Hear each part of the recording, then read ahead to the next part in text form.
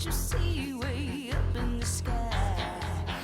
Making circles in the morning sun, flying high in the sky till the day is done. I can't break away. Like a child in his fantasy, punching holes in the walls of reality. All my life I wanted to fly, but I don't have the wings, and I wonder why. I can't break away.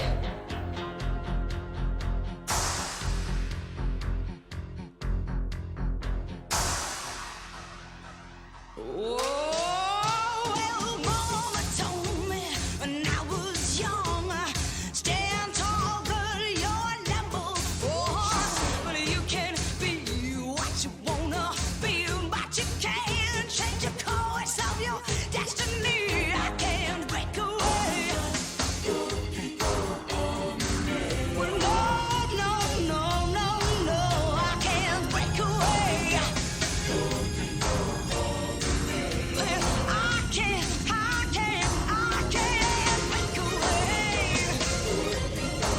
Oh, no, I can't break away. Ooh, I can't break away.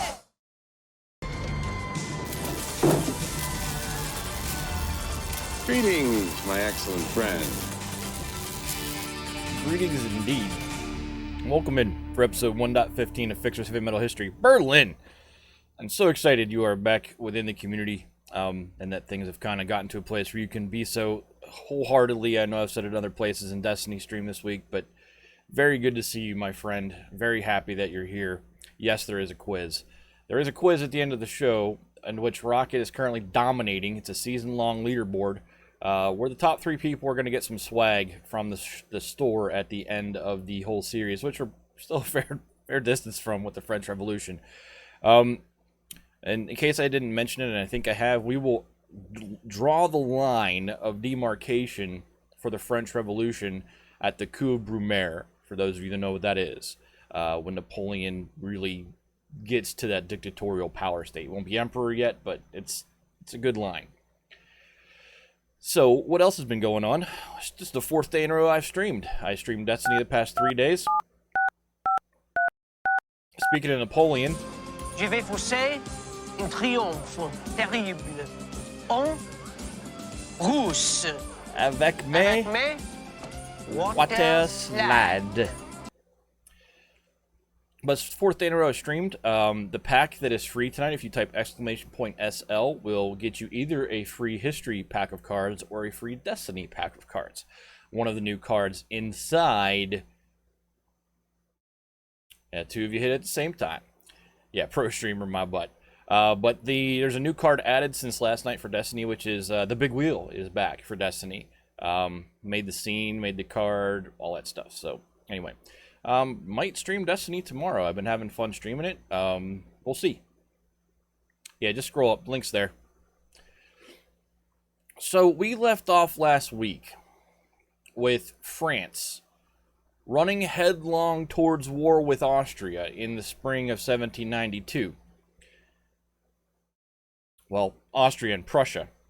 After France had delivered this ultimatum back in the waning days of 1791, to that small group of electors that were part of the Holy Roman Empire, who were harboring the French emigres along the Rhine, and then they in turn capitulated. Those electors capitulated to that ultimatum from France. But before it all kind of settled, Austria then stumbled right in, clumsily, into that exchange and issued their own ultimatum back to France that said if France attacked those German princes, that Austria would in turn attack France, fully expecting France to back down. And for good measure, Austria had finally given Prussia that dance partner Prussia had been looking for ever since, Poland. And the two nations start to put together plans for war that they'd both assumed would be quick and easy, and that, Austria and Prussia would surely win. But Austria was sure that this saber rattling was going to, be more than enough to cow France into submission, because they had this misperception that it had worked before, but it wasn't. France had never been afraid of Austria's aggressiveness and had never made any changes to what they were doing because of it. So in turn, France puffed up, and the new Legislative Assembly, along with King Louis XVI, issued their own ultimatum back in response that Austria needed to stand down, or there would in fact be a war. And all this warmongering in France, right, can be traced back to the Austrian plot conspiracy theory, which had been espoused by Jacques-Pierre Brissot. In the Legislative Assembly since October 1791, pretty much from the moment they got going, Brissot had convinced the delegates, along with a good portion of the nation, that there was this great emigre conspiracy. All these people that had left France were conspiring with Austria to invade France and undo the revolution. And it will get crazier, that conspiracy theory, tonight. The events of fall 1791 through spring 1792 had done nothing but convinced most in France that this Austrian plot thing was real.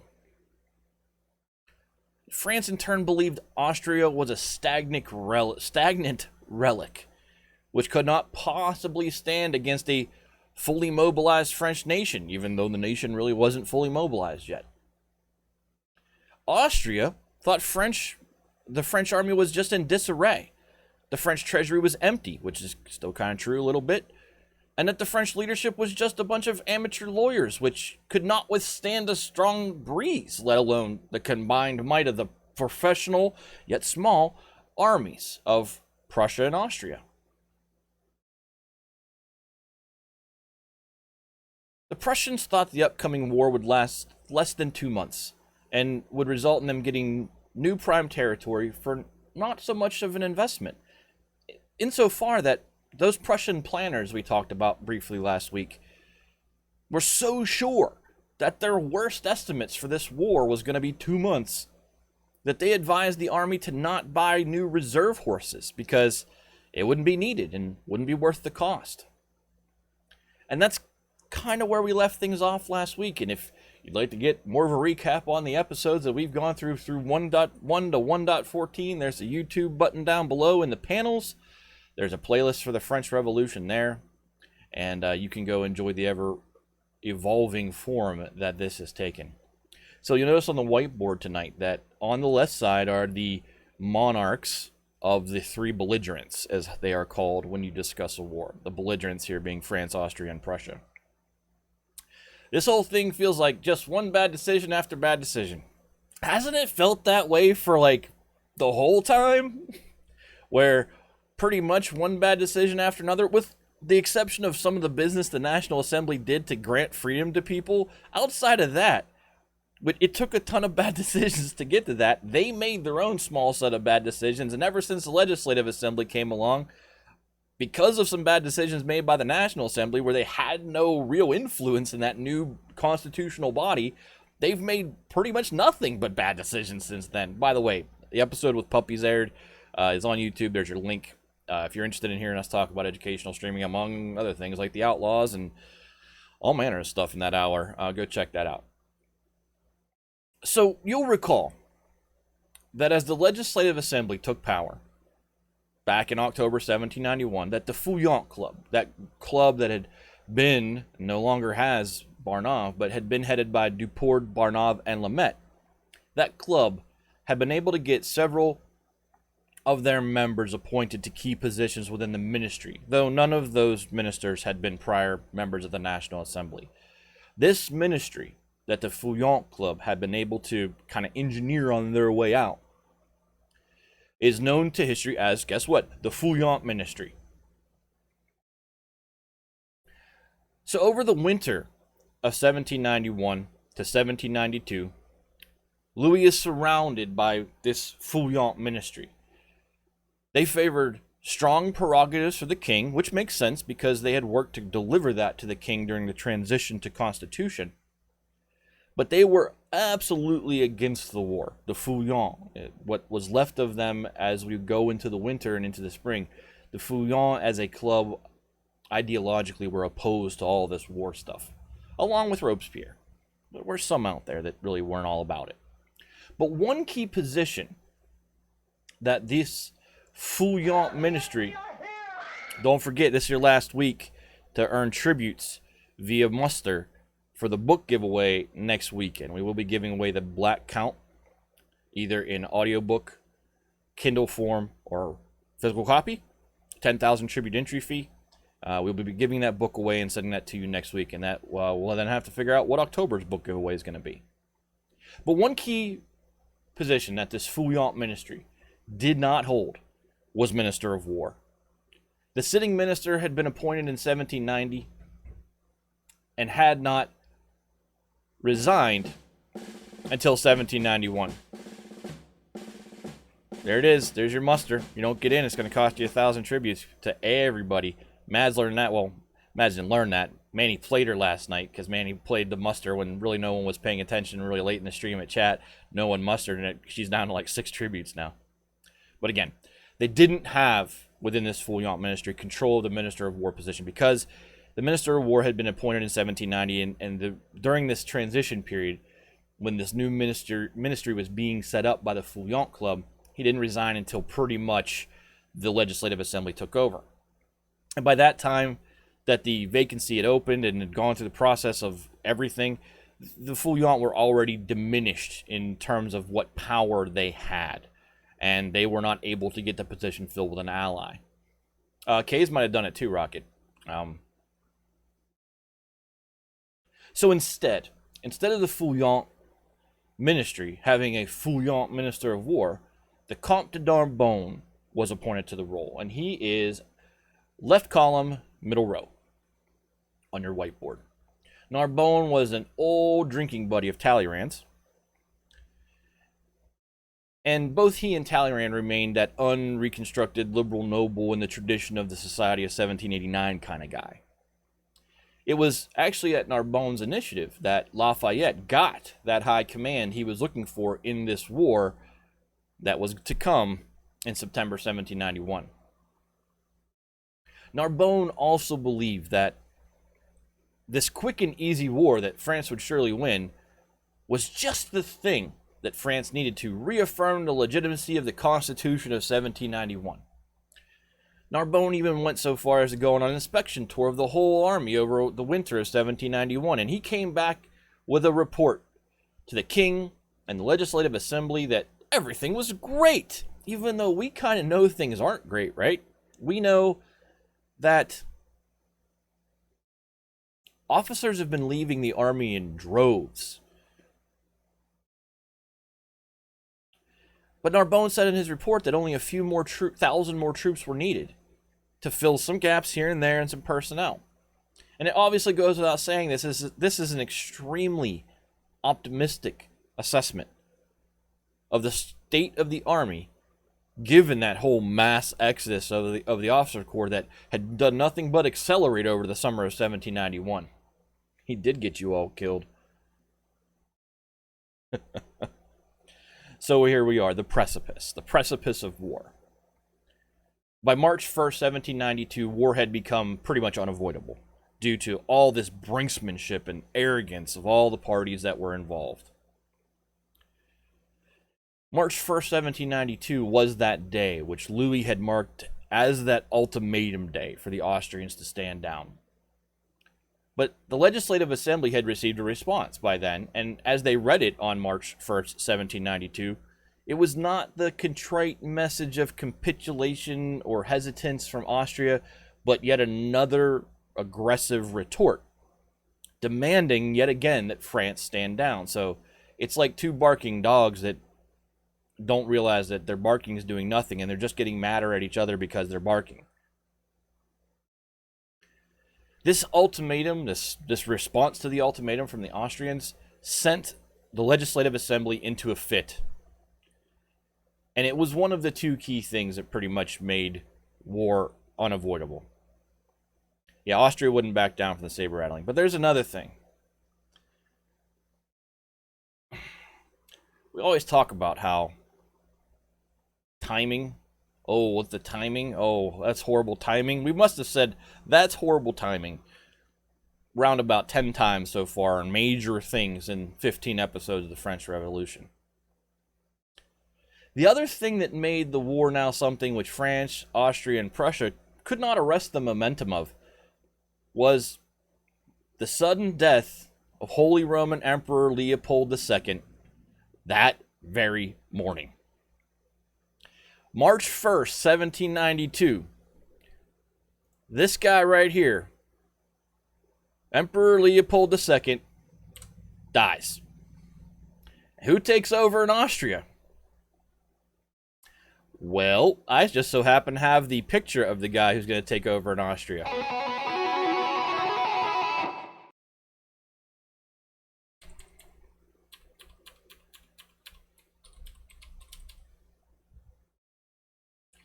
First of March.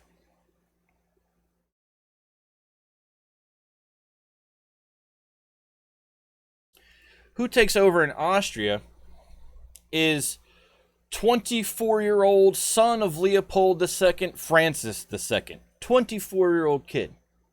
Now, you'll remember that Leopold had long been trying to avoid, had long been trying to avoid this war with France. He firmly had believed that the Austrian bluster was the key to getting France to stand down. He had believed it had worked in the past, when the moderate centrist Fouillon had been handed power in the summer of 1791, even though that really hadn't been the cause, or even a factor, in the Fouillon rise.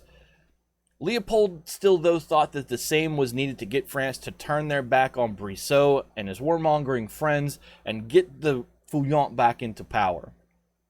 And would Leopold have pulled back as we proceed through March when he realized all those actions had basically driven Western Europe to the edge of war on the morning of March 1st, 1792? We'll never know, because he died on the very day that France's ultimatum expired and the Legislative Assembly was dealing with that one last slap in the face from the Austrian diplomatic corps, demanding that France stop the march to war. And again, Leopold is succeeded by his very young son. He's technically King Francis on this day, because the Holy Roman Empire has all those electors, and they all have to vote for their emperor. But we're just going to call him Emperor Francis II, because he's going to get voted in, right? Francis was young, inexperienced, and in this moment, even if he wanted to, he could not have possibly stopped the Austrian army's march to war. The wheels were already turning, and this new young king, soon to be emperor, was expected to do what all young monarchs are expected to do: listen to and follow behind the leadership of your ministers, who had a plan in hand and actions in motion to take the fight to the French. I take it the apple fell a bit further from the tree this time around. It's not that Francis is a bad leader or anything that we can say at this point in history. It's just that, imagine this happening in our own world, right? Where the president would die on the day of a declaration of war from Congress, and the vice president takes over. We're a little bit more well positioned for that to be something that at least has a smoother line of transition, because hopefully the vice president has been involved in all of that decision making all the way up, right? They've at least been sitting in the room. It's very common for these monarchies in Europe to judge, well, the current monarch has X many decades left, and that's how many decades left we have to teach the new monarch or the heir to the throne to be an actual leader. To have a 24-year-old thrust to the throne, well, remember how old Louis was when he was thrust to the throne, 19, and look how well that's turned out, because he didn't have that grooming period where he was going to be able to be turned into a reasonably good leader. He was put in a place of power, and then Louis had the same kind of thing where initially he was young and he was expected to just kind of say to everyone else who was running things, because that's how Louis kind of got drug into supporting the American Revolution. And Francis is in a similar position now, where he's brought to the throne of his country, Austria, and soon to the throne of the empire, and he's not in a position of political capital on that day to throw the brakes on it, and we'll never know if Leopold would have. Well, you're not wrong in saying that Francis wanted the war, because he's a young kid, right? And what better way for a young kid to prove to the rest of Europe that he knows what he's doing than to win a war in this era of history? So it's not that Francis would have backed Austria down from the edge had he wanted to. He probably didn't want to, because he saw this as a way to do what France thought the war was going to do: stamp legitimacy on a monarchy. Instead of a constitutional monarchy, it's an absolute monarchy. Well, it's kind of a reformed monarchy, but the idea is that here's Francis handed his first day of on the job, here's a war that we're not stopping, and he's probably going, that's okay. We're probably going to win this thing anything, because that's what all you guys say is going to happen, and it was going to look really good for me if we just go out there and boot stomp France.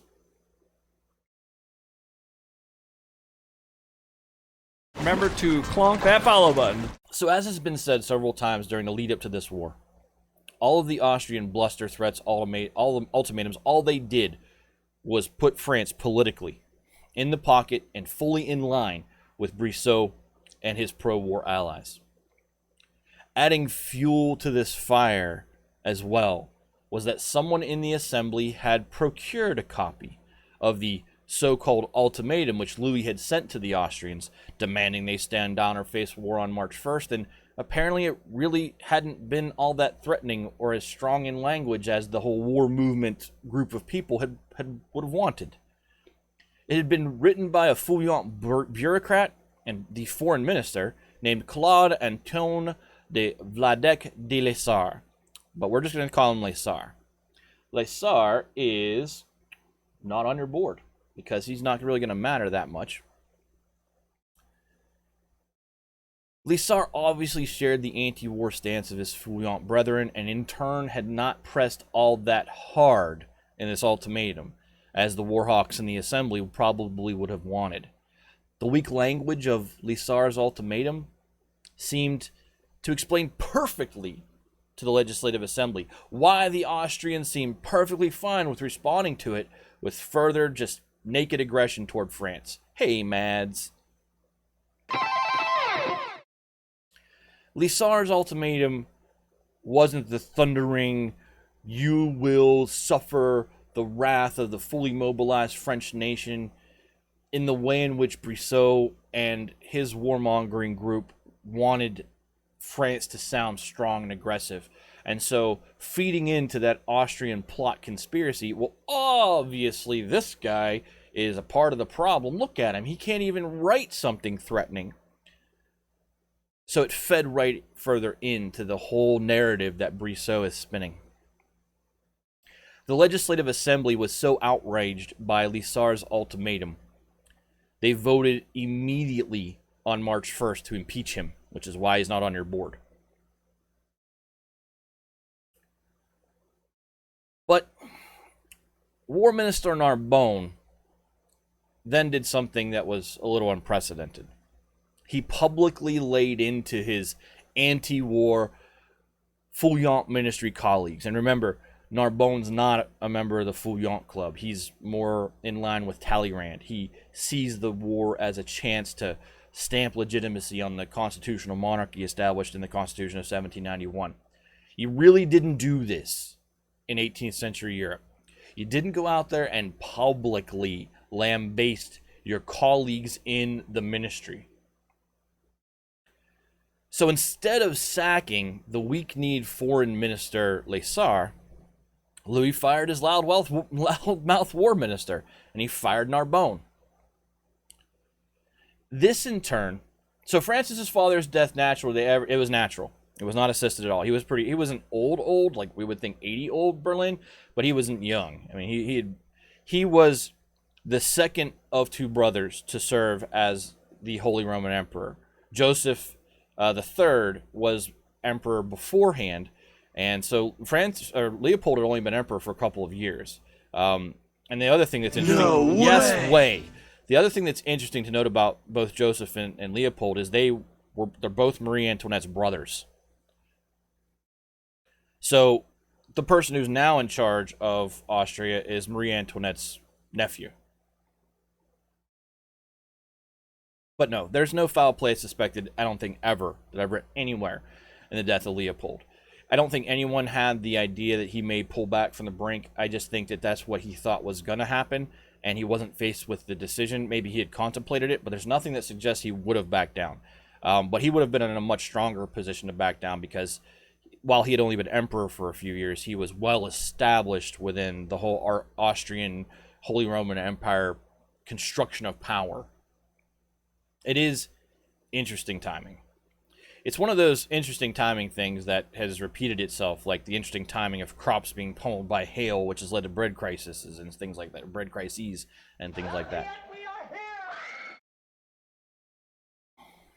So the firing of Narbonne, in turn, only upped the fury of the Legislative Assembly, as it ran counter to what they had just voted on. And Narbonne was seen as a supporter of the war, right? They had just voted to impeach Lesar, who seemed kind of anti-war. And in turn, the king fired Narbonne, who, in their eyes, was pro-war. And he was pro-war. But they didn't see it through the lens of, well, Narbonne opened his big fat mouth, criticized the rest of his ministers publicly, and that's grounds for termination. And any reasonable constitutional monarchy out there in the world, they saw it is from the purely political stance of the war, only through that prism. So that, what do you mean? Louis just fired the guy that's supporting what we want to do. He's supposed to fire that guy who isn't supporting what we're going to do, and it upset them a lot. That's not a good prism. Or Louis' son dying. That's also crazy timing, right as the National Assembly is basically forming out of the Estates General. Louis' son died, and it's like, what would have happened? Where would his focus have been had that not happened? It's, like I said, there's all these instances where the timing of things is just crazy, where you sit back with the benefit of being able to review all these things historically and go, what if? What if that hadn't happened in that very, very just super inconvenient way? Narbonne says things I like. You fired him. Now we are pissed at you. The Legislative Assembly to Louis. Pretty much. And you didn't fire the guy we don't like. The Assembly had met on the night of March the 9th, so we're now 8 days past the deadline, and no one's fired a shot yet, to prepare their articles of impeachment for Lesar, whose trial, because they were going to put him on trial, could be used as an opening to tear down this entire anti-war Feuillant ministry, and possibly the whole monarchy, because at this session on the 9th of March, there was open talk of impeaching the Queen and again suspending the king's powers, even though they didn't have that power within the Constitution. Goes back to the whole no one's there to defend the Constitution who had written it whole thing we talked about last week. But Louis had absolutely no interest in letting the Assembly even put on that kind of theatrical production politically. He caught wind of what they were talking about doing, and so on March 10th, 1792, on the brink of war, Louis dismisses his entire ministry.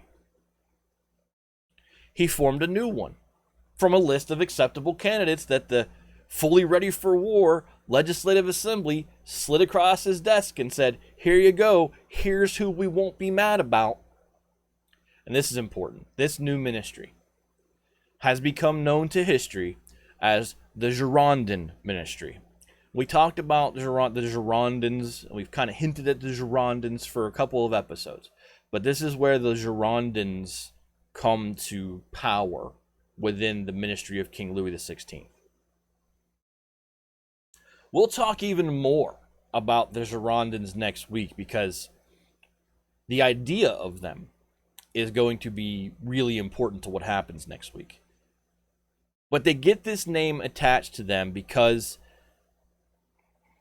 most of the prominent members of their air quotes party, because they're not really a party, but most of the prominent members hail from the region of Gironde in southwest France. It's Gironde.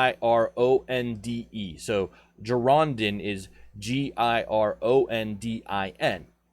They hail from Gironde, which also includes the city of Bordeaux. And guess what? The Girondins were all really close allies of Brissot. They shared not only his position on war, but his fervor for the abolitionist movement that we had talked about Brissot becoming interested in his second stint in London. And they all had a basic worldview that skewed in the direction of Republican and not constitutional monarchist. And it's important to renote that when we say Republican here, we don't mean Republican or Democrat in the modern sense of the political parties in the United States. Republican in this context means supports a Republican-style governmental system such as had just gotten off the ground in the United States, where there's a represented legislative body and there is a elected leader of the executive, and there is a separate judicial branch which functions without the direct influence of either of the other two. It goes all the way back to Rome before Julius Caesar came along, because Rome was a republic. When we say Republican, we mean that. Yes, Republican as in advocating for a republic, not American political parties. We've used the term liberal in a different way in this series as well, where we do not mean liberal in the modern sense where you would deem those who want to basically tear down all of our systems, we would deem those people to be radical. Liberals are those who see the need for progress as something that has to occur, whereas conservatives are generally rooted in the status quo and the protection of their power. That all this terminology is relevant to our context of the French history in the late 18th century and shouldn't be misconstrued with the terminology that is colloquially used today. Progressive might be a better term than liberal then? Sure. Progressive is... Well, see, here's the thing about progressive, right? Because there's plenty of radical progressives that are in the modern political sense. We have progressives who want to, immediately do radical things, such as, raise taxes by tens of percent on the rich. Well, that's not going to work, right? It's a great idea. We want to do it. It would make sense for everybody on the ground right now. But if you take those knee-jarring swings, you just have to come back to this, Aaron. Look at what happens when the people on the ground get just these radical, jarring swings of political change happen. It doesn't end very well. You have to make gradual progress toward goals. Yeah, it's very hard to draw lines in loose definitions. All words seem to have political connotations no matter what these days. You're not wrong there either. But I don't think that has been a new manifestation in the modern sense, Fletch. I believe that you simply have people who are putting voice to it in a way that they haven't been able to do so before. The internet evolved as a public tool in the 1990s, and then social media evolves as a public quote tool, in the mid 2000s, and now everyone can simply get on their keyboards and say something, and most people say things that are angry. I don't think people didn't hold those opinions in the past. I just think they didn't have a printing press in their basement to put out a pamphlet that espoused how they really hated how their neighbor's dog barked really loud. It really is that. People haven't changed that much in 200 years in terms of how they feel. Their ability to collaborate has changed. But anyway, I digress. I just wanted to say Republican means in support of a republic, not Republican. There we go. Another muster. Fletch gets in.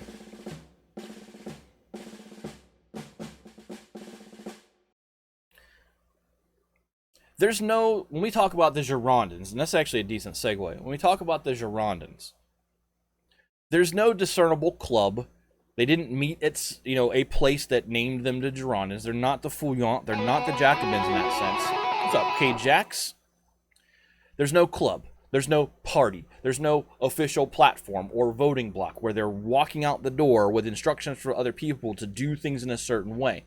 There's no apparatus that has the banner Girondin over it, like the Jacobins or the Feuillants or the 1789ers. It's more a label that is just slapped onto this group of like-minded individuals, especially within the ministry, that happened to be working in concert with each other. Crackle jinx. That's not bad either. What's important to walk away from today's episode understanding is that when you hear the term Girondins, you associate warmonger with them, because these are the allies that had hammered a single point home over the winter and into the spring from 1791 to 1792. The war with Austria had to happen. There had to be a war with Austria. There's nothing that's going to save us more than a war with Austria. They had been pounding that drum right there with Brissot. When I've been saying Brissot and his allies, I mean the Girondins, because that's who is now going to be placed into power in the ministry, where none of them had been a member of the assembly, none of these new ministers, but that whole group of people who had been banging the drum around Brissot and with Brissot. Excellent! Are the Girondins. The Girondin members of the ministry, the new ministers of finance, of war, and interior, they are known as the Girondin Ministry. So, as I said... Yes, I'm excited about the gift.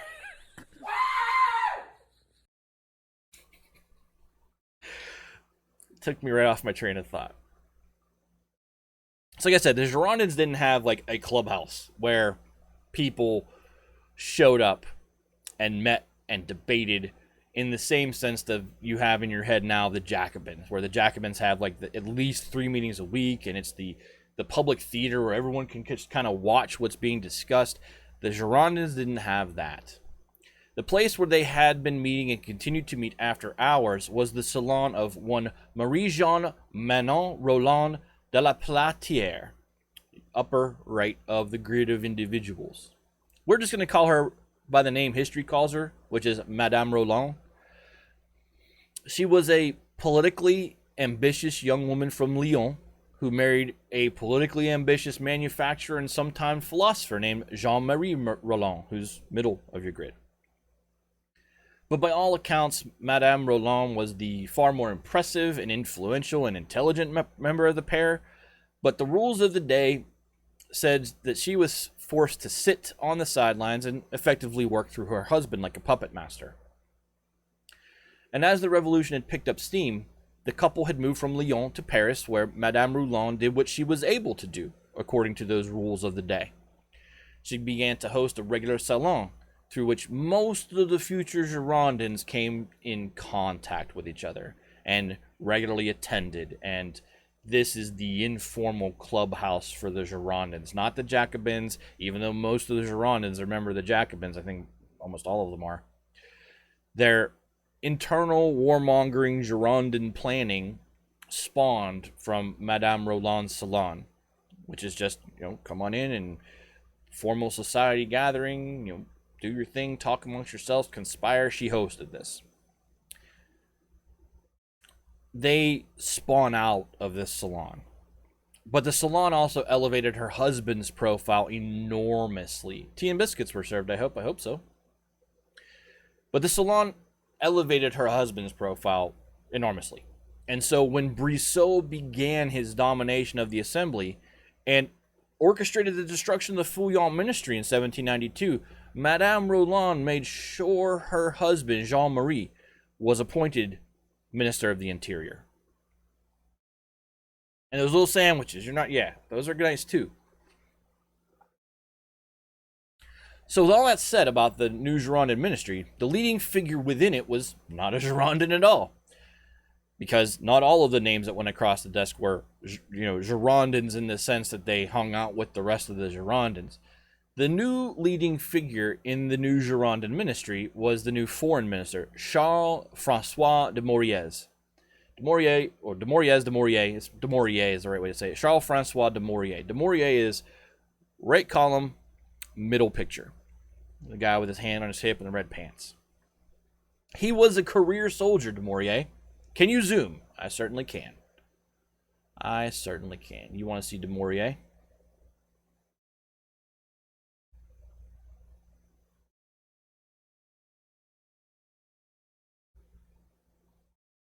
One more. There we go.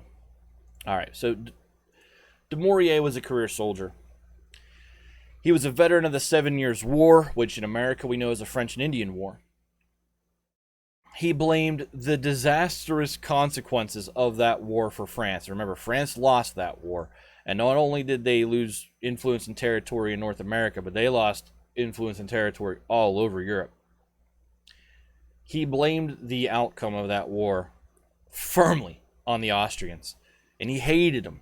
He hated Austria with the fire of a white-hot nova.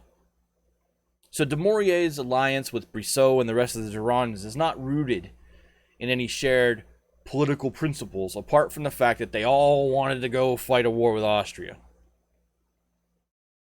And Dumourier's plan was actually to use this quick and easy war that France will surely win with Austria to reestablish the power and legitimacy of the crown, which was completely in the opposite direction of most of where the more radical people, including most of the Girondins and the members of the assembly, were going, where they were starting to steer toward a republic. Dumouriez was like, we can use this war to put Louis back on firm footing and put this whole thing back on firm footing so that there's legitimacy here that some people, especially outside the country, really don't feel we have. Personal vengeance is always the best reason for war, kids. Uncle Berlin just said so in chat. Regardless, the only person in power who hated Austria and wanted a war with them more than Brissot was Dumouriez. So they sealed an alliance. After his appointment as foreign minister, Dumouriez would also make periodic appearances at the Jacobin Club to provide further evidence that Austria was weak and that the French were strong. So here's Dumouriez. He's not really a prime time, shows up all the time member of the Jacobin Club, but he would show up. He'd basically walk in now that he was, in the ministry, and tell the Jacobins, who some of which, including Robespierre, were maybe not so wild about war, and deliver speeches to say, here's why Austria is going to lose. Here's why we're strong. And this is one of those things in history where we talked about like the cockade, the tricolored cockade, and how that spawns into the French, tricolor flag we know today. When he delivered these speeches to Dumouriez, he would often wear what's known as a red Phrygian cap. So Phrygian, for those of you that like to write the notes down correctly in spelling, is Phrygian. But it's this kind of slouch beanie. And it was a hat that was modeled after the red caps that freed slaves wore in ancient Rome. So you will see, if you look at artwork of the revolution and into the 19th century all across Europe, when people fight for freedom, very often they don this red cap of liberty, this Phrygian cap. And here's Dumouriez walking into the Jacobin Club, prominent guy in the Ministry of France in the run to war, and he's wearing this red Phrygian cap. Not that kind of Phrygian, Dustin. He was certainly not the first person to put this hat on, right? But his prominence and repetitive use of it had made it into what history knows as the red cap of liberty. When you hear anywhere, maybe you've run into it in a television show, this is one of those pop culture things that comes out of the French Revolution, the red cap of liberty.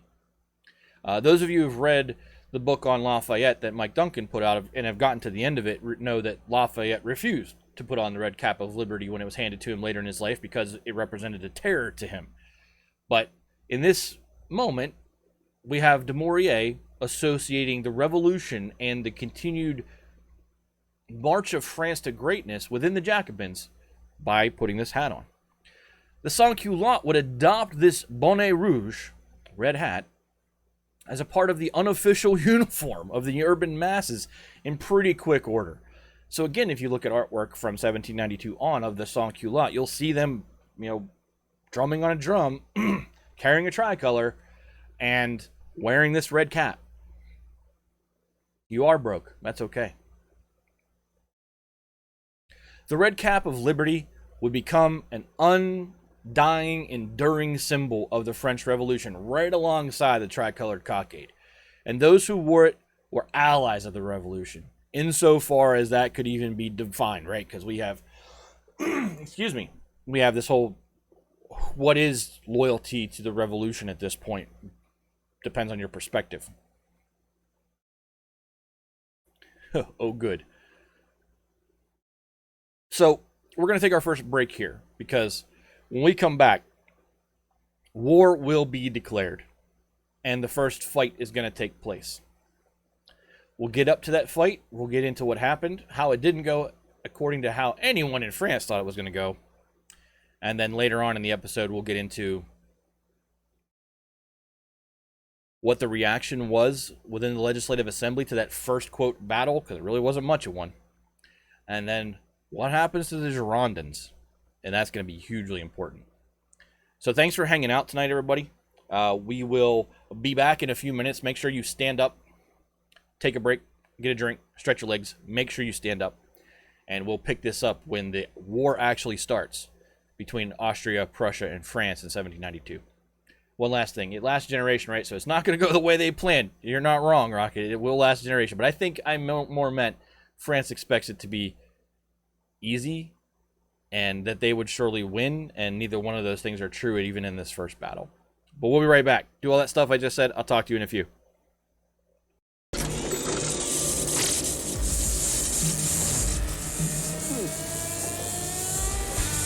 Gentlemen, we're history.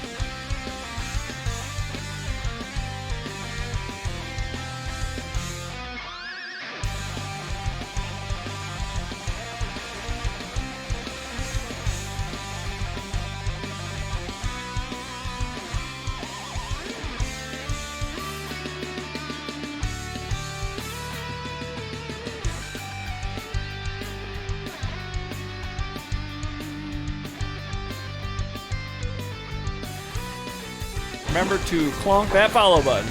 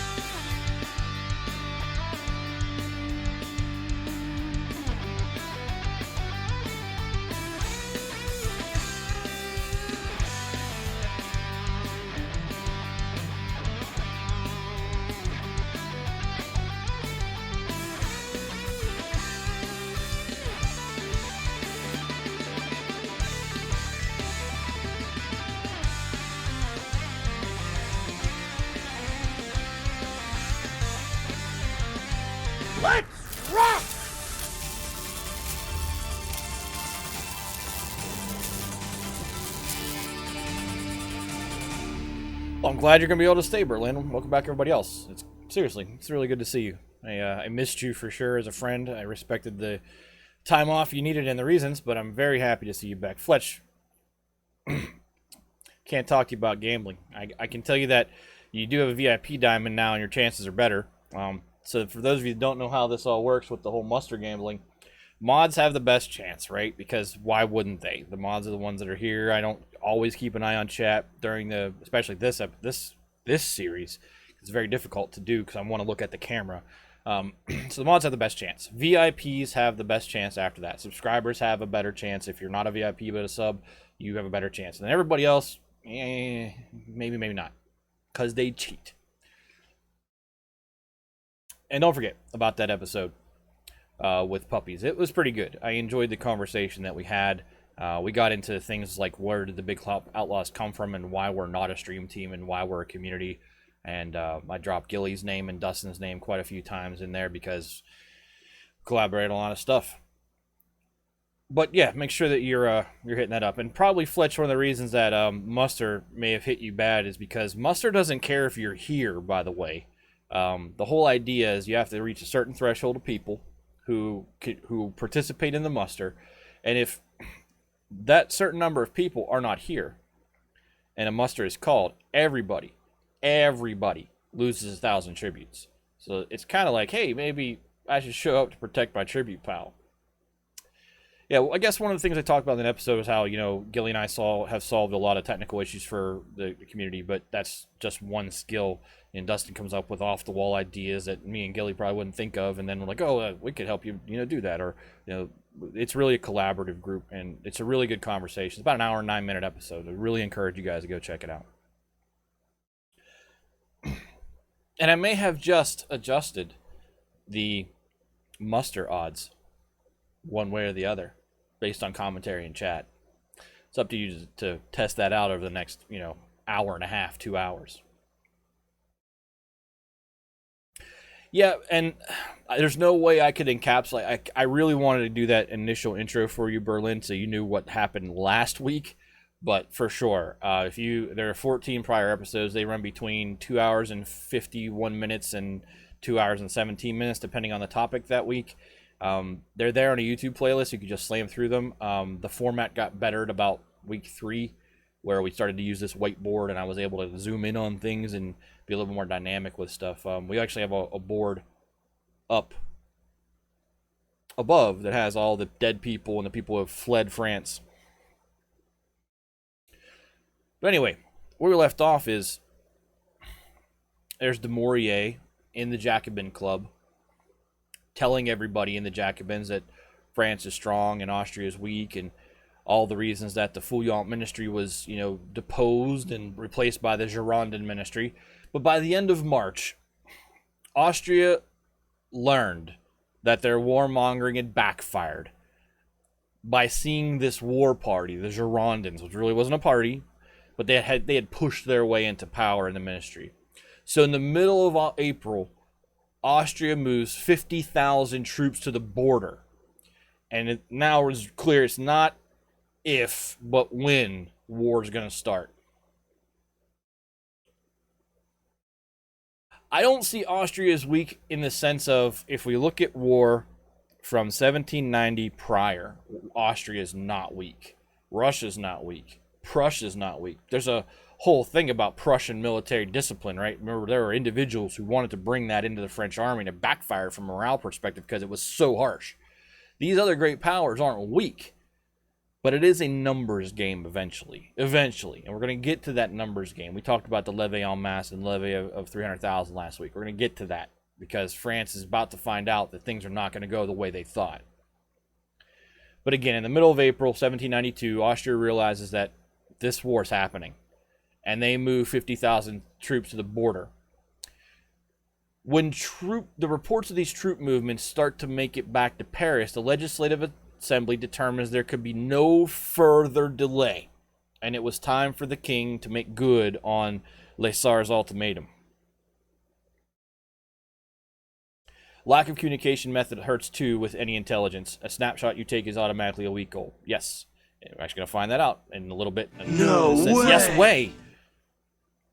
So King Louis XVI and his Girondin ministers into the Legislative Assembly on April 20th, 1792 to do exactly that. Make good on the ultimatum. Now remember, Louis's not against this war. He just wants it for other reasons. So Dumouriez kicks things off with a blistering attack on the Austrians and every ill thing that had happened to France as a result of the Treaty of 1756, which is that treaty that bonded them together as allies and hoisted Marie Antoinette onto them as their queen-to-be. And I need to not sing that song from Coming to America, even though I want to. This treaty, which had drained French blood and treasure and enslaved France to the whims of a deceitful and treacherous ally who had drawn them into the 7 Years' War, because he's got that, axe to grind about that. He didn't have Zoom? No. The king then comes in after Dumouriez and requests that the assembly declare war, because remember, the Constitution of 1791 requires that cooperative agreement between the executive and the legislative to declare war. And declare war they did, nearly unanimously, while cheering and applauding the king for requesting the war declaration. Of the 745 delegates of the Legislative Assembly, there were only 7 no votes for war. The declaration of war that France put forth was very specifically and only pointed at, quote, the King of Hungary and Bohemia, end quote, which meant Francis II, because Francis still is an emperor, right? He's King of Hungary and Bohemia within the Holy Roman Empire. He hadn't been confirmed as emperor. That's that process they all go through, all the little elector states, to pick who was going to be emperor every time the matter of succession in the Holy Roman Empire arose. And that, remember, the Habsburgs, which is Francis's family, had pretty much dominated the leadership, that empire seat within the Holy Roman Empire for centuries, right? There's only like 2 times that, I think that's correct. It's like 2 or 3 times that the Habsburg family had not sat on the throne of the empire for like 300 years. Also, within this declaration of war, this was allegedly going to be a new kind of war, because this is a new kind of France, right? It would be aimed only at the despotic monarch, Francis II, who's been in power in, Austria for a grand total of a month and a half. I'm not sure they can make that judgment. But the notion that all monarchs are despotic is what they're aiming at here. The Legislative Assembly swore this would only be a defensive war aimed at an aggressive tyrant who threatened French liberty, even though France had been actively stirring the pot of war for over half a year. The Assembly further swore that French arms would only be used against the natural liberty. Let me rephrase this because I wrote this wrong, even though I proofread this paragraph 4 times. The Assembly further swore that French arms would not be used against the natural liberty of other people, and that the lives and property of those other people would be protected by French soldiers when they eventually came to your country. Because that's how wars work. Wars often see the soldiers on the ground actively seeking to protect the innocent. In the history of war, I think the percentile of that happening is probably less than 1%.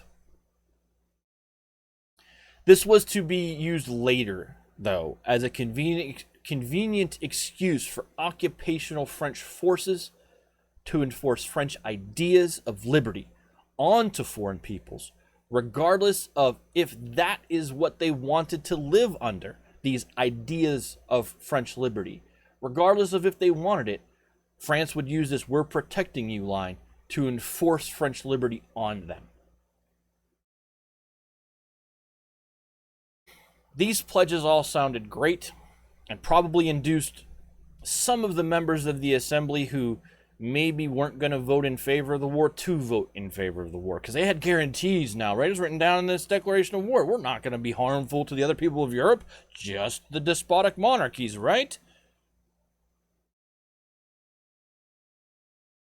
But these pledges would not be adhered to for very long because, no duh, it's a war, and wars don't work like that.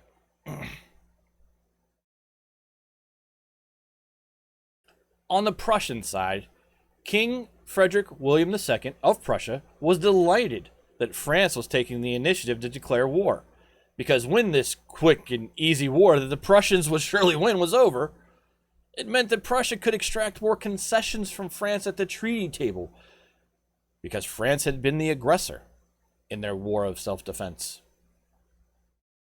And remember, what's Prussia in this for? Territory. Prussia, later on Germany, is going to fight lots and lots of wars in the name of territory. The Austrians, for their part, did not wait for the French to take the initiative.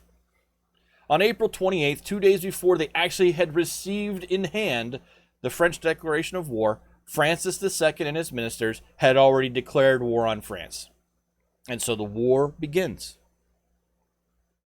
French forces were arrayed in three main groups or armies on the frontier. So we'll start with the Army of the North, was stationed near Lille, and we're going to zoom in on Lille here in a minute, and was commanded by General Rochambeau, who is the same Rochambeau who had led French forces alongside General Washington in the War for American Independence. The Army of the Center sat along the Moselle River and was commanded by Lafayette, who has been literally chomping at the bit at his chance to restore his reputation after the massacre at the Champ de Mars. Rock and stone! Yes, General Rock, Paper, Scissors. Everyone has to make that joke the first time I say his name out loud. It's like the fourth time it's happened. Thank you, Berlin. And the Army of the Rhine, which was stationed further south, was commanded by a Bavarian. So, on the other side, Nicholas Luckner. But he had been serving in the French army since 1763. I'm glad you did it. It was agreed that the opening move of the war would come in the north. Rochambeau's army would cross the border into the Austrian Netherlands, aka Belgium, where they would, of course, be greeted by the local people as liberators. And those local people would surely, in turn, help the French detach this region from Austrian control. So, we're going to zoom in up here for a minute. You'll notice that the Austrian Netherlands is not really connected to Austria, right? That this is Belgium. You see the Netherlands to its north, but this is Belgium. The Austrian Netherlands had actually recently attempted to declare their independence from Austrian rule on their own. Recently, within like the century. In the wake of the War of Spanish Succession, which ended in 1714, the former Spanish Netherlands had become the Austrian Netherlands at the insistence of the English and the Dutch, so that it did not fall under French dominion, and so it is known at this point in history as the Austrian Netherlands. The Austrians themselves never really wanted this geographically isolated region that they couldn't just walk into without talking to other countries, and really only accepted the land in 1714 at the behest of their then ally, Great Britain. For the next 70 years, the Austrians would show up at every European treaty negotiation and political summit, basically trying to pawn off the Austrian Netherlands in exchange for territory that they really wanted, Bavaria, which would complete their domination over southern Germany. But no one else was ever going to go along with it, especially the Prussians, and so they were stuck with the Austrian Netherlands. So from 1714 until the 1780s, the locals in the Austrian Netherlands were never really paid much attention by the Habsburgs. Until the 1780s, when Holy Roman Emperor Joseph II, to correct my previous mistake when I said the third, the second, brother of Leopold, started rolling out his program of enlightened reforms, because he was one of those enlightened despotic monarchs who was trying to, lead his nation into the future. But this program of enlightened, reformed, progressive evolution from Joseph II was rejected by the people of the Austrian Netherlands. So think about that for a second. What is the French Revolution rooted in? those bourgeois thinkers and lawyers who had read, John Locke and Voltaire and Rousseau, they were Enlightenment guys. They had tried to bring Enlightenment principles to France and had kind of sort of succeeded to this point. And here you have the Austrian Netherlands, who their leader in the 1780s, Joseph II, tried to bring Enlightenment principles to the Austrian Netherlands. And they said, no, thank you. We don't want those here. Yet the expectation in France is that when we get to the Austrian Netherlands, those people are surely going to greet us as liberators and enable us because we do things exactly the way they don't want.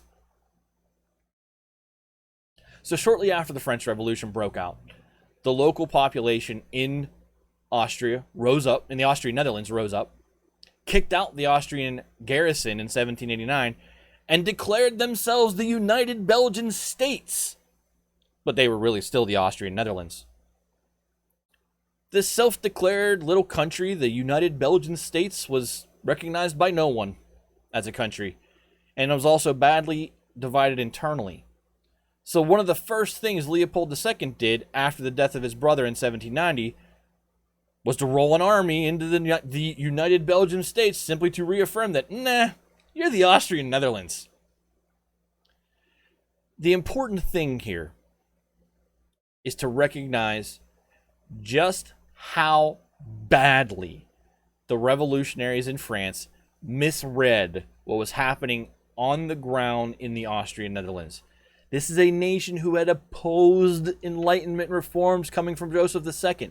The same Enlightenment ideals that were affixed to the head of this French army headed their way, who assumed they would have the support of the Belgian people.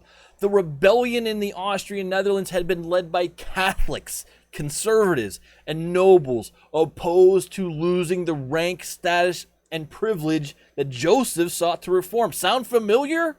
Because the entire reason France entered into a revolution was because they couldn't reconcile the tax code with conservatives and Catholics who didn't want to lose their rank, status, and privilege. So France is walking into a small country or a small territory that feels exactly the same way that the notables felt when they were rejecting all of the things that were being discussed, and the way the Parlement felt in 1788 and 1787 when they were having these reforms foisted upon them, and they were saying, no, no, no, we don't want to do those things because I don't want to pay a salt tax. The Austrian Netherlands in 1789 had a revolution to protect those same things. And France didn't see it. All they saw in the United States of Belgium was an oppressed people rising up in the face of a despotic monarch, which is what they thought they had just done in France. So the aims of the revolution in France were anti-clerical and anti-aristocratic up to this point. And they were in polar opposition to why the rebellion in Belgium had happened. And the French army was expecting to be hailed as liberators when they arrived.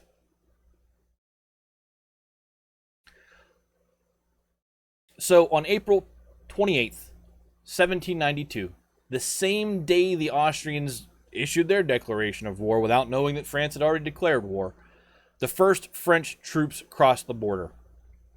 And it became immediately apparent that the war was not going to be the cakewalk that Brissot and the Girondins had been selling to everybody. The vanguard of the Army of the North, which was commanded by Rochambeau, the vanguard means the lead elements. The vanguard of the Army of the North was a 5,000-man mix of veteran cavalry, and veteran cavalry is the important thing here, and newly raised volunteer infantry, who were under the command of, I hope Kays is here, Irish General Theobald Dillon. Dillon was an Irishman by birth, had been in France obviously for a while if he's a general within the army. But Dillon's forces quickly run into a battery of Austrian artillery. And Dillon's forces took one look at those guns, they turned around, and they ran away.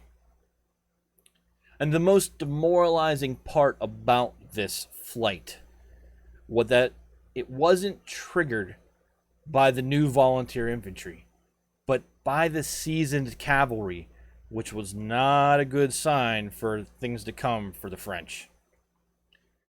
The flight of this veteran cavalry turned into a... Oh boy.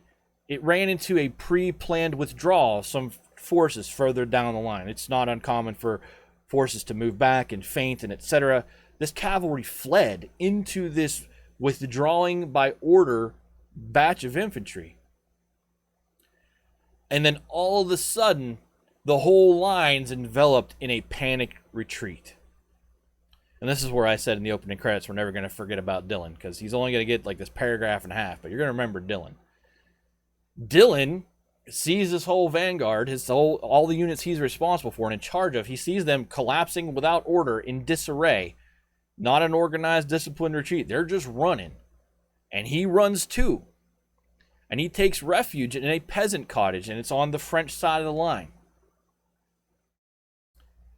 He decides to take off his uniform because he's hiding.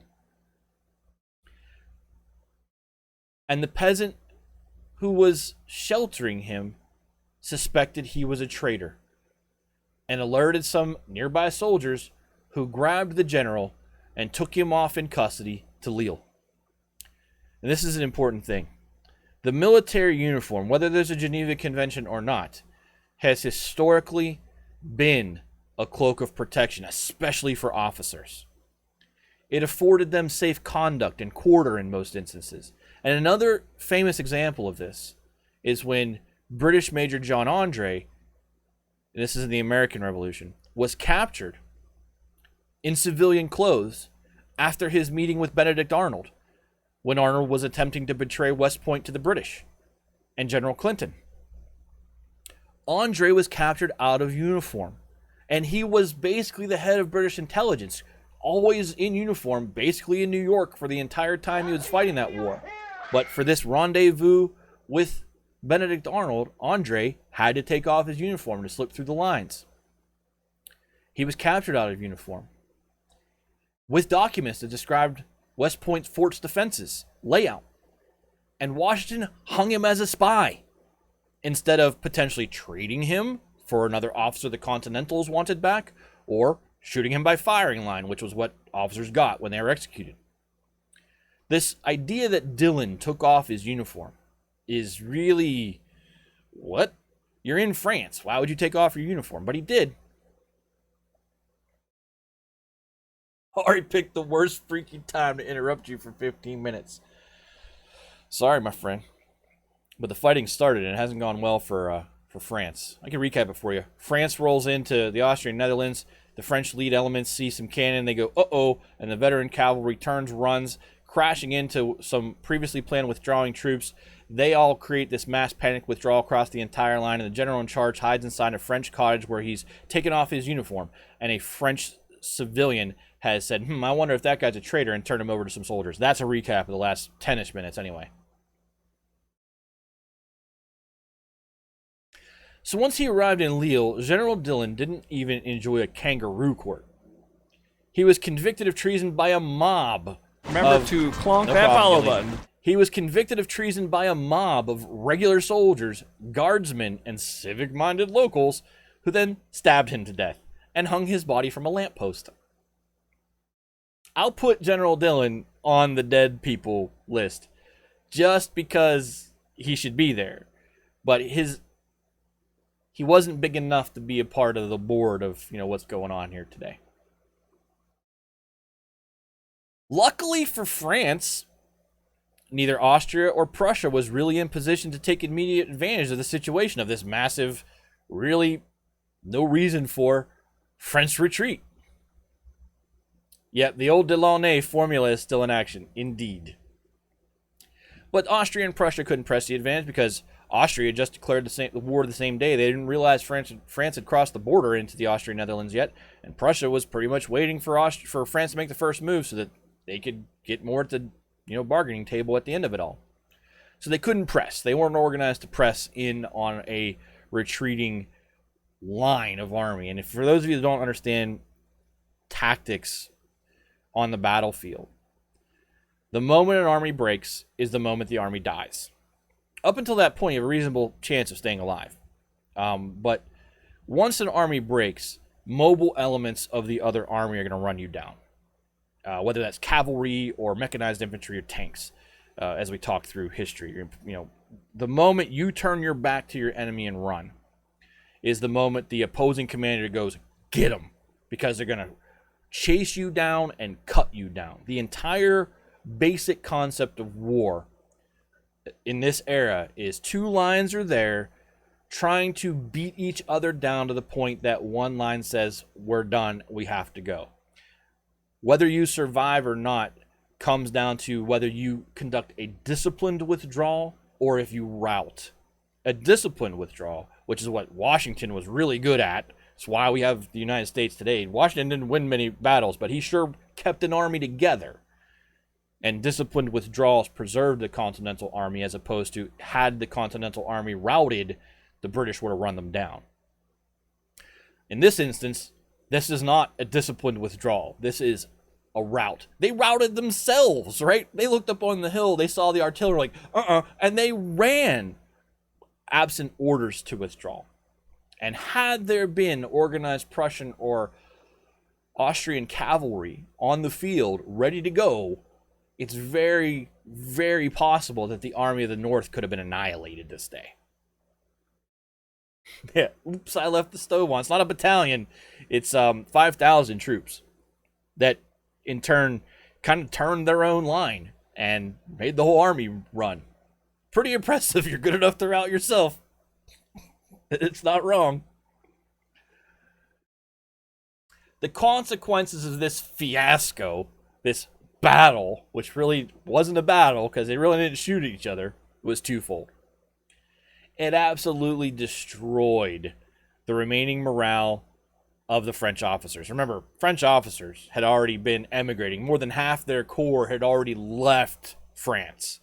Those who remained were just told in no uncertain terms that if you fail, like General Dillon had, the punishment was mob execution. So guess what? The desertion rate of French officers further skyrockets. And the second effect was that this turned Paris into a paranoid madhouse. There are many moments which can be pointed to in hindsight as that moment when the French Revolution moves from this effort on Enlightenment principles, freeing and providing liberty to the masses, into a bloody free-for-all. This is one of those moments. When Paris finds out about the fiasco in the north, it gets very bloody and very paranoid from this point forward. So we'll zoom back out on Lille, because some of those other battles you can now see dates on. They're coming, right? You got an idea of there's going to be further fighting up there in the Austrian Netherlands.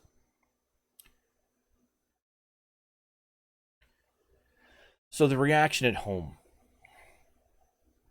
The immediate problem for Brissot, the Girondins, and their allies in the Legislative Assembly was to explain why the supposedly invincible French army had just turned and run at the first sight of the enemy. So Brissot stood in the assembly and launched into a full-throated further conspiracy theory that asserted that the royal family, the generals in the field, and a cabal of aristocratic reactionaries, who he slapped the made-up label the Austrian Committee on, were plotting internally to lose the war. So now it's not just that Brissot is saying, well, of course these emigres who left and the leadership in Austria and these anti-revolutionary conservatives that support them, and maybe within the royal family, there's an external plot against us, right? But now he's saying there's an internal plot against us. Yeah, this is where I said, imagine if Brissot had stood up and just say, hey, I was wrong. The problem is now that all those assembly delegates, remember, only 7 of them had voted against war. They had all bought into Brissot's warmongering and conspiracy theorizing to the point that they now had to defend this rush to war. And so they happily bought in and took a big bite out of this new Austrian committee internal conspiracy theory that Brissot was now selling them, instead of admitting that they maybe had made a boo-boo.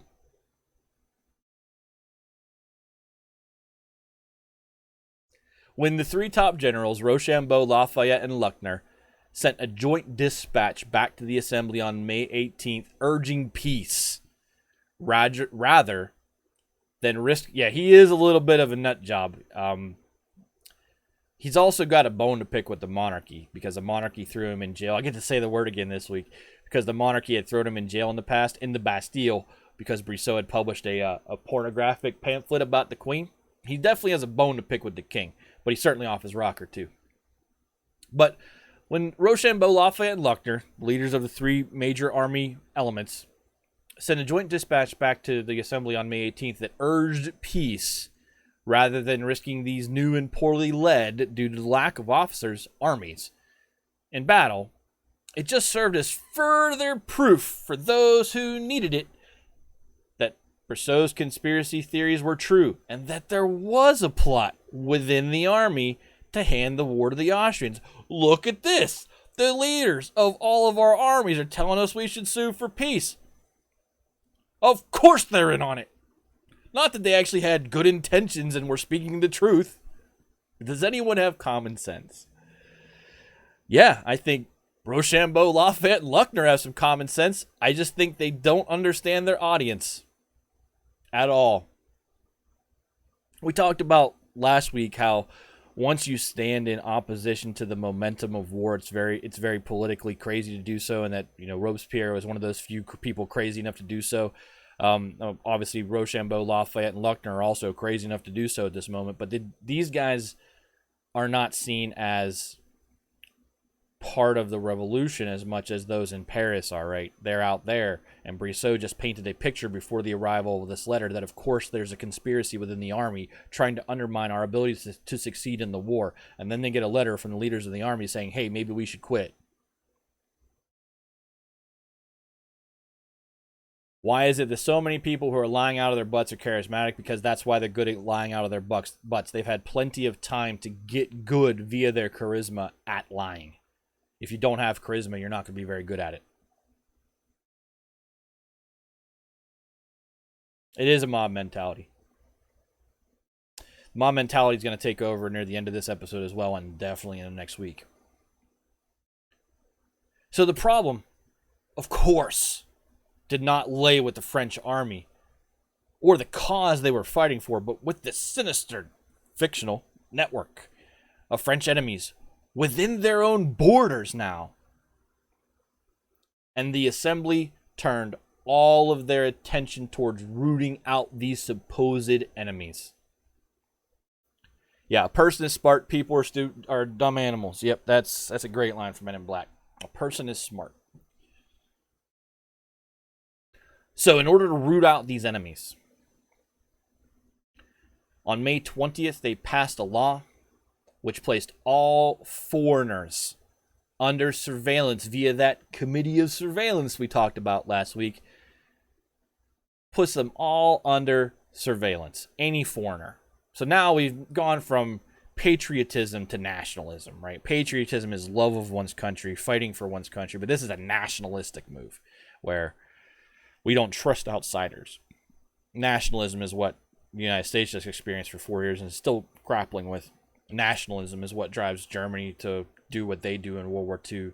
Nationalism drives a lot of things around World War I. Nationalism is going to drive a lot of the decisions that the leadership of Europe makes during the 19th century. Nationalism is dangerous. Nationalism is this idea that we are better without you.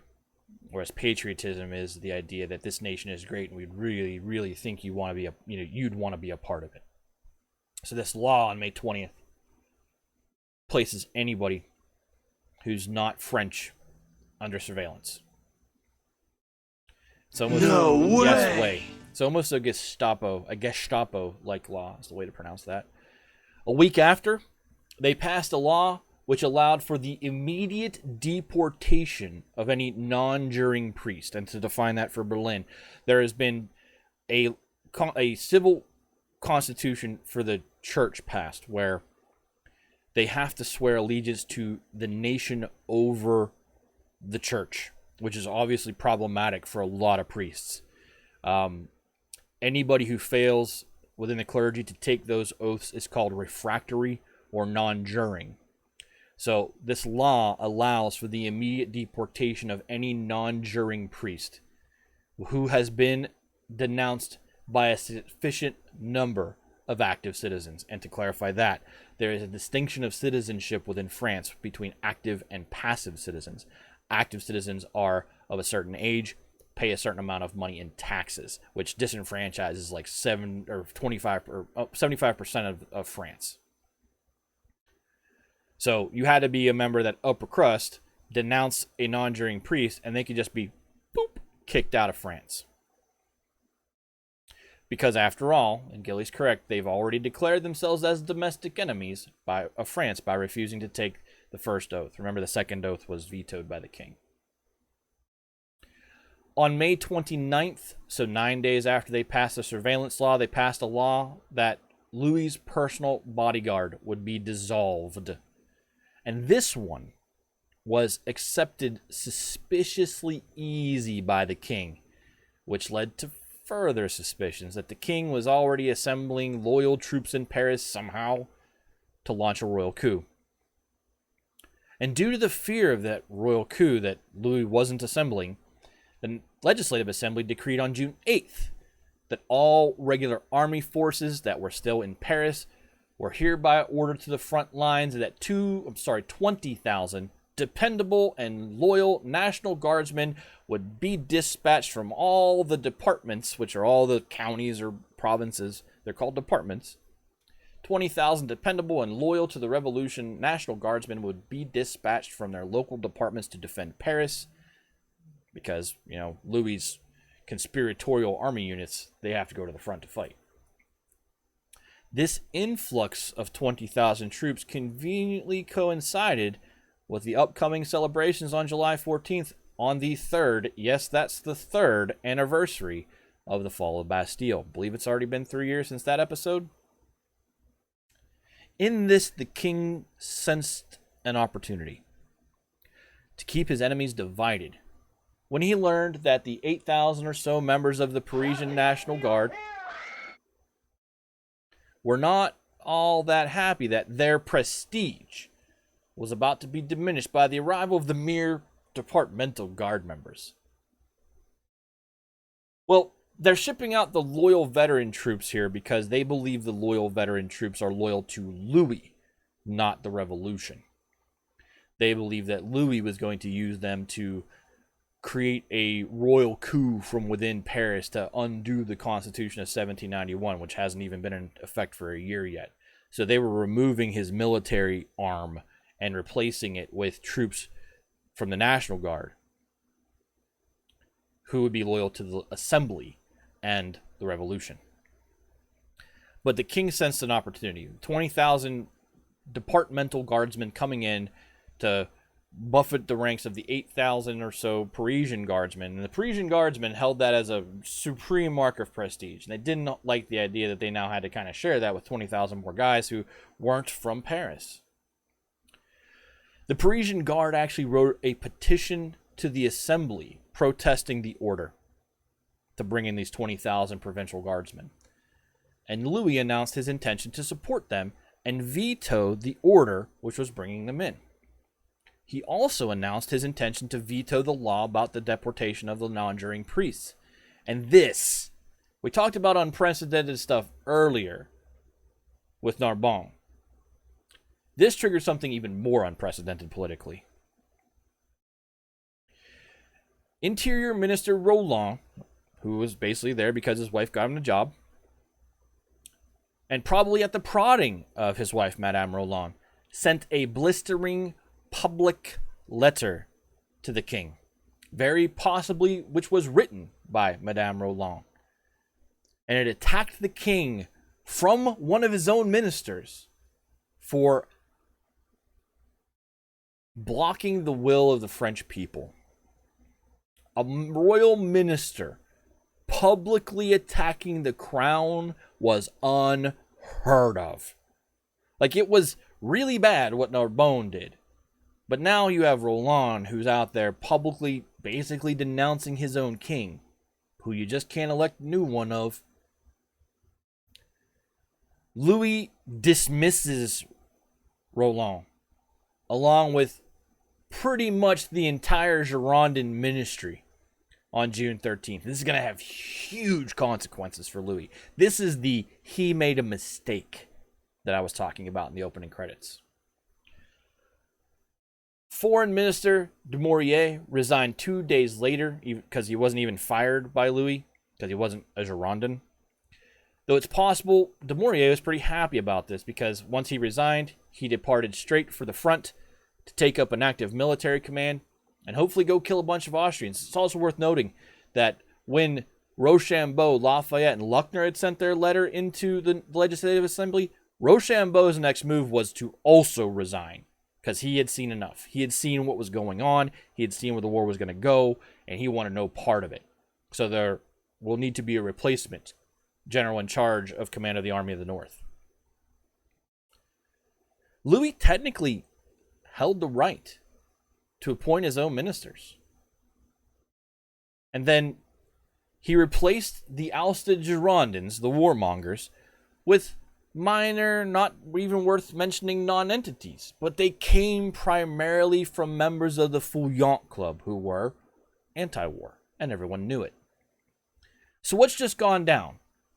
Louis used this wedge of these departmental guardsmen coming in to say, no, I'm going to veto that, to get the support of the local guard. That was his play. But it backfires. When Minister Roland sends this letter, it puts Louis in a box. He can't do anything. He has to respond to that, right? Anybody would respond to that. A modern president would respond to that. If the head of the Treasury went to the New York Times and denounced the President of the United States, if the Secretary of the Treasury did that, you guarantee the Secretary of the Treasury is gone the next day, right? He's going to be very nicely asked for his resignation, but he's going to be gone. Louis takes the further step, though, because it was only Roland who did this. It wasn't all the Girondins in the ministry. But he takes it further and associates them all together and says, you're all just like him, and this is a list of guys who I really had no choice in taking. And look, I have justification publicly to do this, he thought. And he gets rid of all of them. And it was a mistake. And he couldn't possibly know how big a mistake it was. Yeah, he threw the baby out with the bathwater. We're going to get into the beginning stages, the first few dominoes falling from that mistake. They're going to cascade into next week's episode, because there's no way I can talk about what happens next week, which is, you're going to hear the basics of it, but what happens next week is big, big, big. This is the mistake that causes it. So I don't want to call this the what... Yes, I'm excited about this game.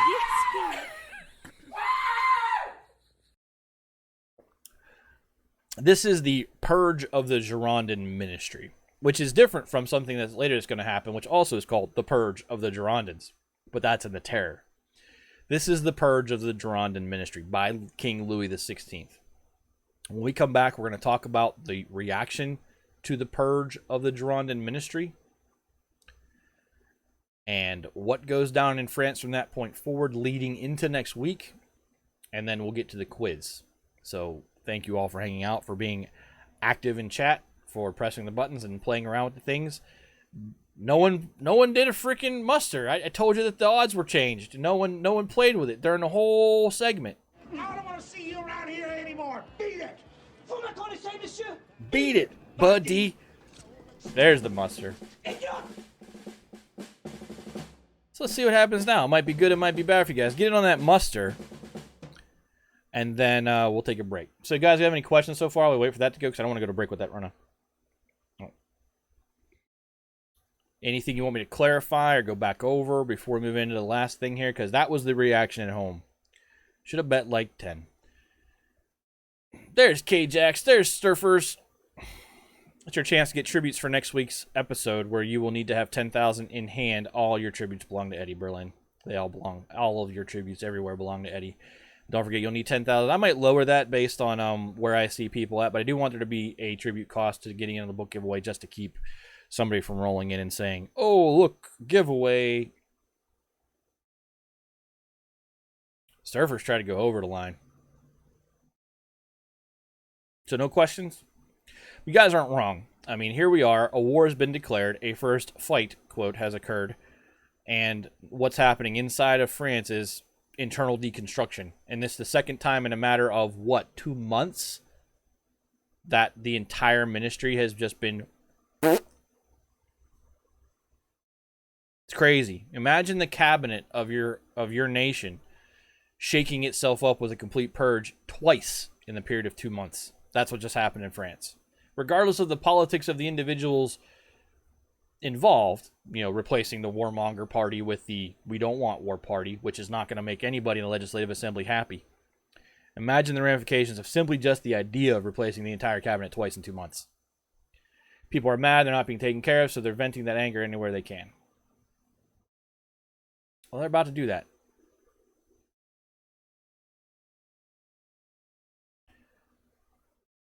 So wait for that muster to finish, which I think is 2 minutes.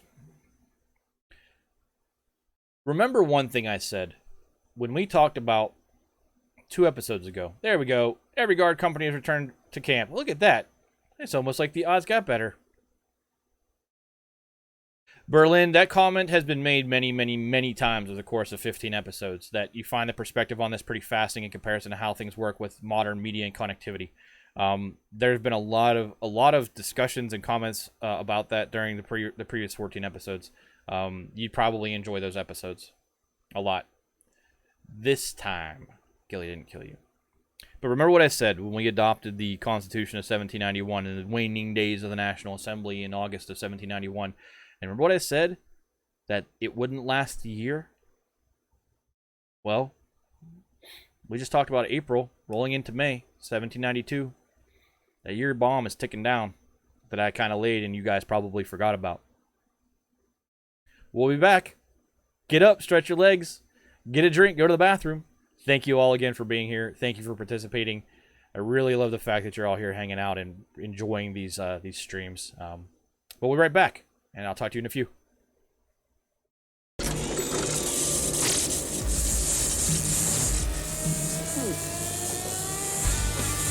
Gentlemen, we're history.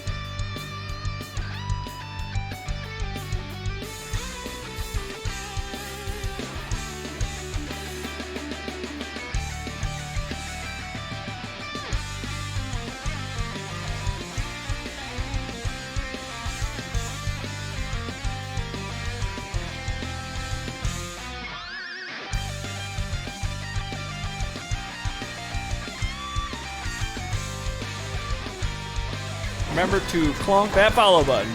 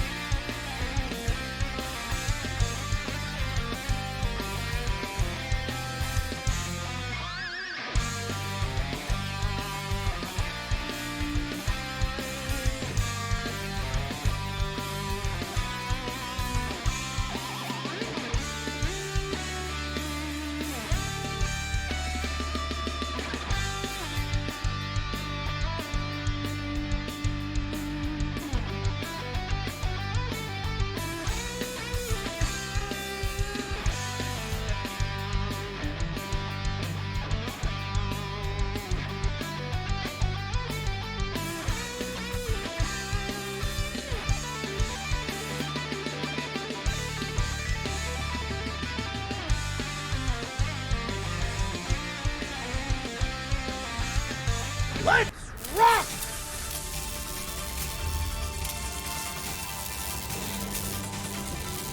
You're not wrong. I feel like almost every move Louis has made has been to add gasoline to the fire. Yes. On that point, we've talked about for a long time how Louis XVI basically didn't have a spine. He wasn't a bad guy.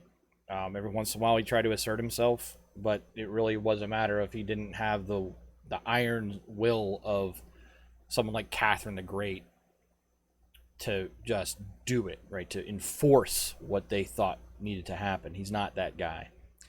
You know, he tried to run already. He's denounced everything that's happened once already. He's made mistake after mistake, sometimes shaded by his own personal tragedies, but he has certainly made a lot of errors. The dichotomy of monarchy versus the assembly, national or legislative, with Louis at the helm was never going to work. I think that if it had a chance to work. So I think we go back to June 1791 when Robespierre ensures that none of the existing National Assembly members can serve in the Legislative Assembly, that whole self-denying decree. Had there been an element of the National Assembly members within the Legislative Assembly, I think there's a decent chance that they stave off Brissot. I think they could have maneuvered around him. But the fact that there's no one there to defend what they had done for the prior 30 months, nor fight against this just out of the blue rush to war that Brissot spearheaded, nor present to defend the Constitution, which is also going to become extremely important here. They're not there. They don't have any hand on power, and they were the guys who had hands on power since the revolution basically started. They still didn't get along with Louis, but there were elements within that group that wanted to work with him, right? The Feuillants. Imagine if the Feuillants, who had worked to empower Louis through the waning days of the summer of 1791 and the waning days of the National Assembly, imagine if they were still in power. Imagine if, Barnave, Lamette, and Desmoulins were still there. They probably could, through their own network, kept things on the rails at least a little while longer, if not actually preserved things. But they're not.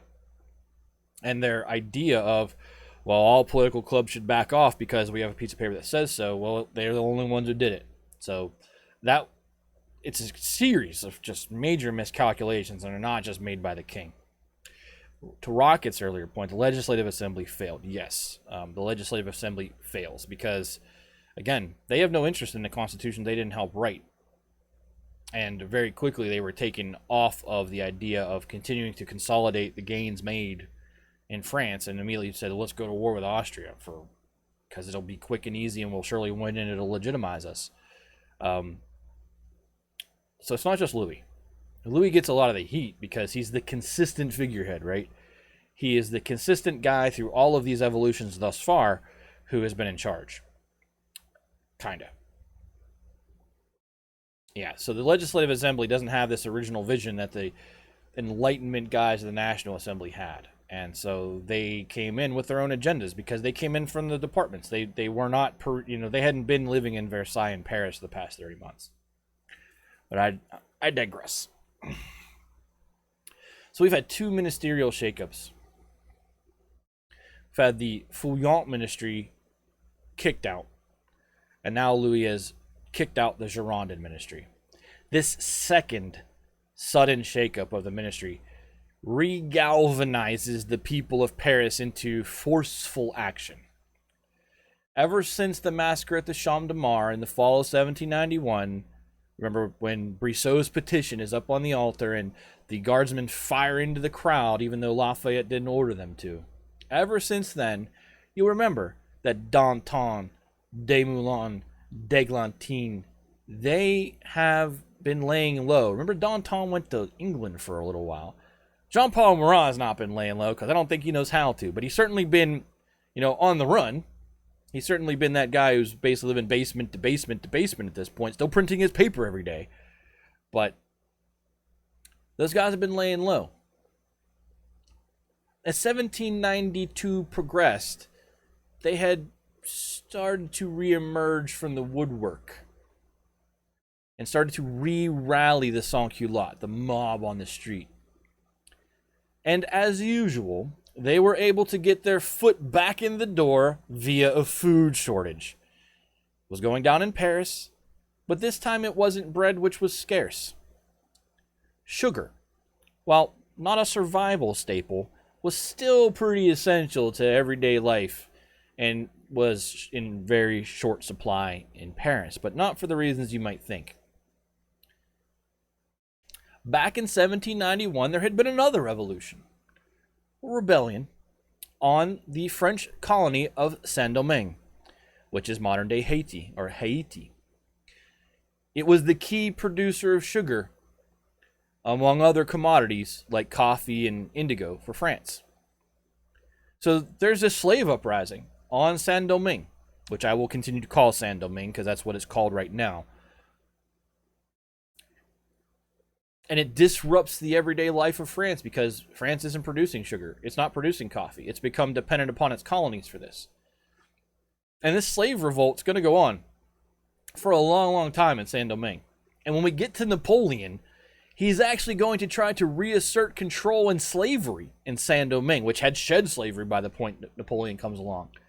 And Napoleon will fail in doing so, which will make it the first successful slave uprising in history. So in early 1792, sugar shortages in Paris led to demonstrations, led by none other than those leaders of the radical sections, the Cordelier Club, who we haven't talked about pretty much since the massacre at the Champ de Mars. In April, that radical leadership led a successful rally in support of those soldiers. Remember the Nancy Mutiny? Where the soldiers had stood up and there had been a fight and the soldiers, some of the leadership had been shot and hung on the spot and the rest of the soldiers had been thrown in jail. They lead a successful rally in support of those soldiers who were still locked up as a result of the Nancy Mutiny from August 1790. The climate within France, and especially Paris, had changed a lot since that mutiny. And those prisoners, once they were released, were paraded around the streets of Paris as heroes on April 15th, 1792, as a part of this whole patriotic run-up to war, which has been going on in France, we've been talking about, earlier in the episode. So when the king purges the Girondin Ministry in June, the radicals were already chugging at a full head of steam in Paris. They were also drinking the Kool-Aid on Brissot's internal conspiracy theory with the whole Austrian committee that there was this internal cabal plotting to lose the war as well in the wake of, the French retreat from the Austrian Netherlands. They saw the king's purge, the radicals. They saw the king's purge of the Girondin Ministry as even further proof that the conspiracy existed.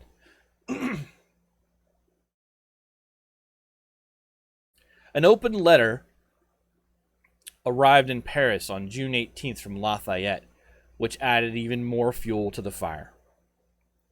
He announced that the internal unity of France was not threatened by some secret Royal Army Austrian plot, but rather by demagogues who were using seditious political clubs, like the Jacobins, as platforms to attack the Constitution.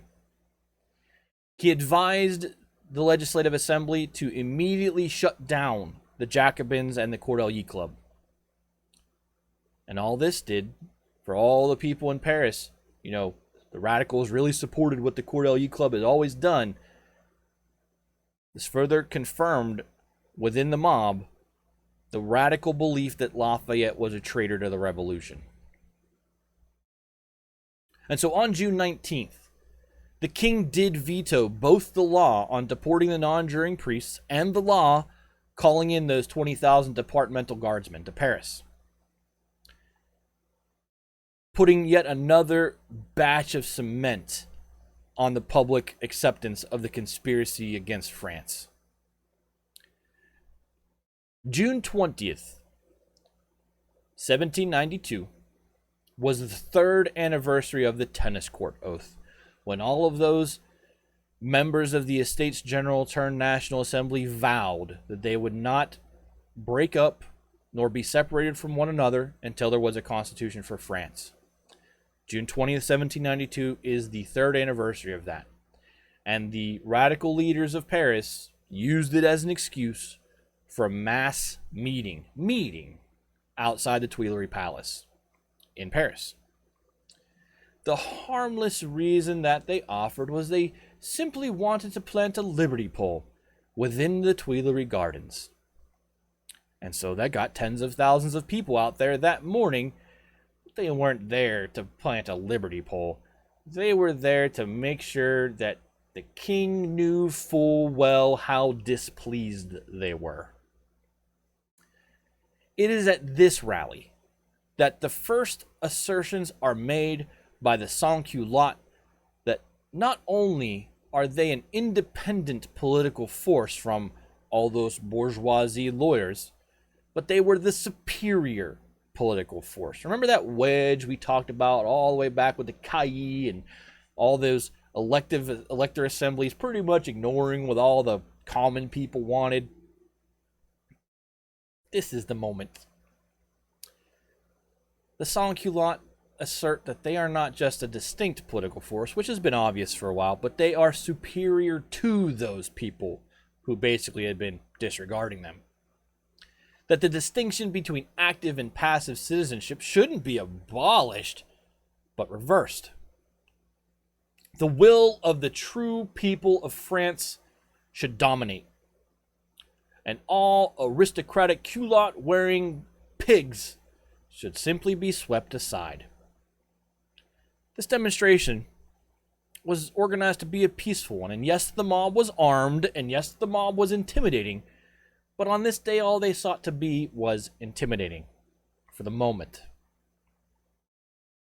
They pushed their way into the Legislative Assembly and presented a petition demanding an investigation into what they perceived to be the king's treason. Specifically, they highlighted his undermining of the war effort because he just kicked out all the Girondins who were warmongers and brought back in all the Feuillants who were not. And the petition stated that if he was found to be guilty, he had to be removed from power. They then pushed into the royal apartments of the Tuileries Palace themselves, with the royal guardsmen who were on duty simply letting them in. Knowing that there was nothing he could do to stop them, Louis ordered the door to his private chamber opened, and in walked the unwashed masses from the streets of Paris. And for the next 2 hours, Louis bravely faced this moving procession of No way!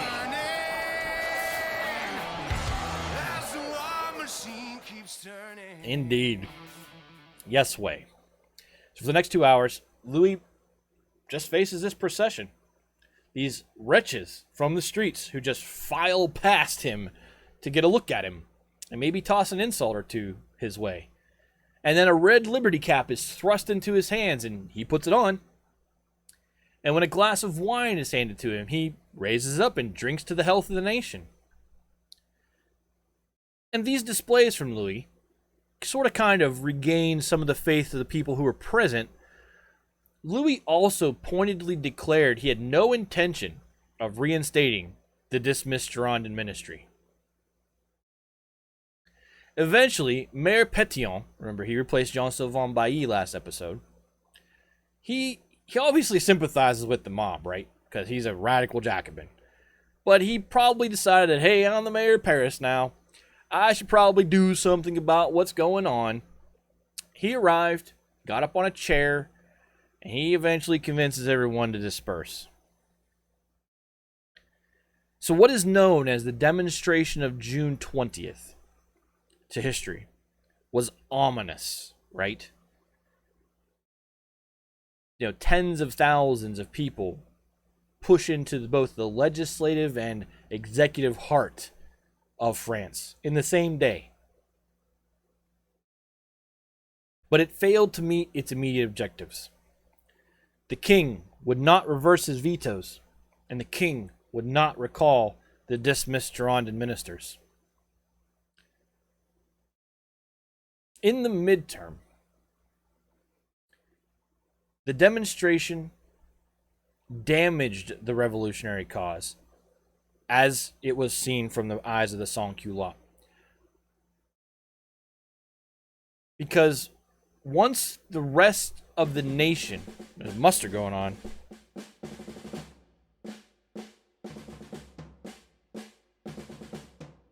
so the radical cause was damaged from the perspective of the sans-culottes that day during the demonstration of June 20th. Because once the rest of the nation kind of got word that the mobs of Paris were again trying to dictate national policy via demonstrations which intruded into the processes of government, moderate provincials would begin to sympathize with the king and begin to wonder why so much power was concentrated in Paris, where foul-mouthed, smelly mobs could wield this disproportionate influence. And I know we've talked about the war in the Vendée, which is largely fought on religious lines, but this is going to eventually lead to pretty much an almost civil war. Right in the middle of a revolution, right in the middle of a war with Prussia and Austria. But this would combine with grievances unique to each department, right? It's going to lead to this general breakdown of political harmony between the center in Paris and the periphery in the departments, and it is going to lead to this outright conflict. This is the one smart thing Louis does. When people are pissed, he does what they want while they're pissed. Then he does his own thing. In modern sense, it'd be called a flip-flopper for that. In a bad sense. I think reversing one's position after evaluation is perfectly fine. Promising one thing and then doing something else the next day is probably not politically healthy. In the long term, and we're winding down the episode here. In the long term, the demonstration of June 20th can be drawn in a nice, very neat line to what will be our topic next week, which is known to history as the insurrection of August 10th. This infamous day, August 10th, 1792, just short of 1 year under the Constitution of 1791, might plausibly be called the day the Second French Revolution starts.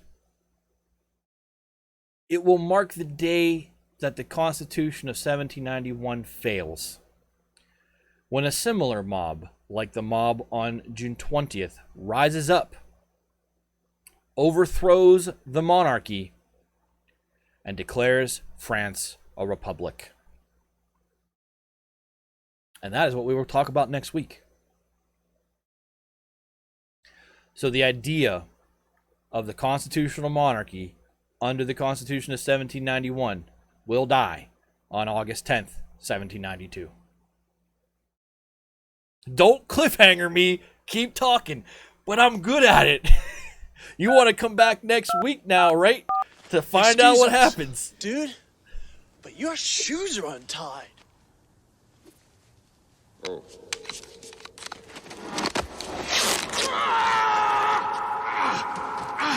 That's why there's a VOD.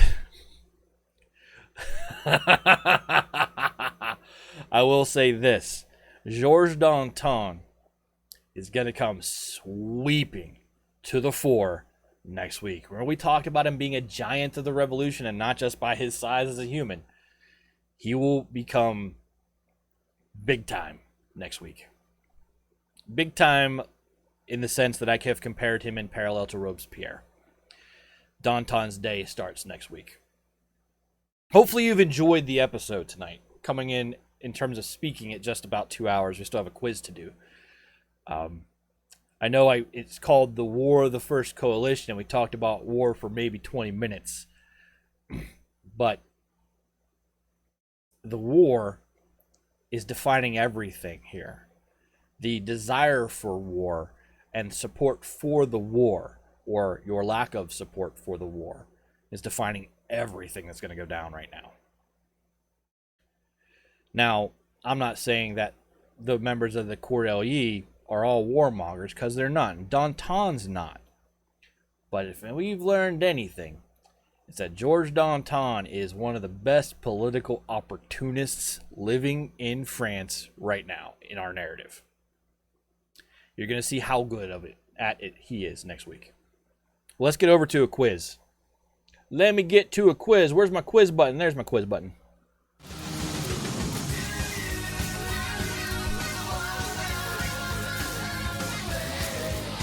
Once I opened my quiz questions, because I didn't open them before the freaking episode started. So let me get those quiz questions open. There's your leaderboard. Rocket. Team up. So who was that team up for? Sturfers has teamed up with Rocket this round.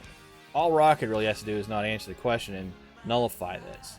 But here comes the first question for those of you paying attention tonight for a chance at points. I know that's been Rocket's strategy for several weeks on that card, by the way, Sturf.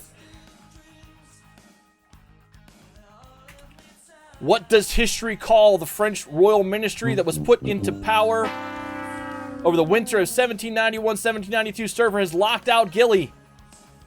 Gilly, you are locked out.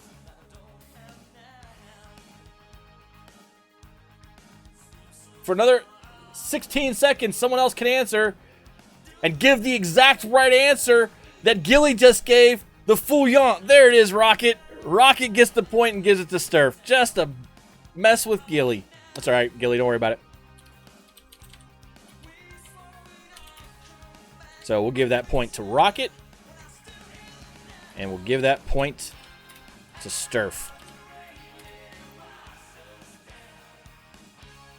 Wait, I thought Gilly was wrong. No.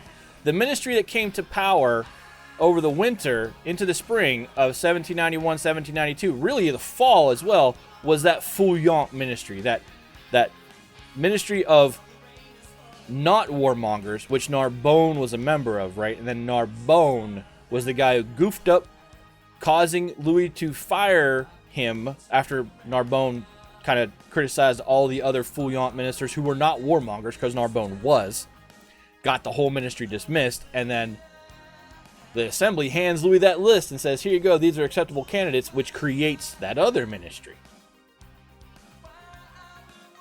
The next question. Wow, this one should be easy. Who was the serving minister of war during the Fouillon ministry, who was actually not a Fouillon? Narbonne. Gilly gets it. The Comte de Narbonne. The Comte de Narbonne. We just talked about it, so that was an easy question.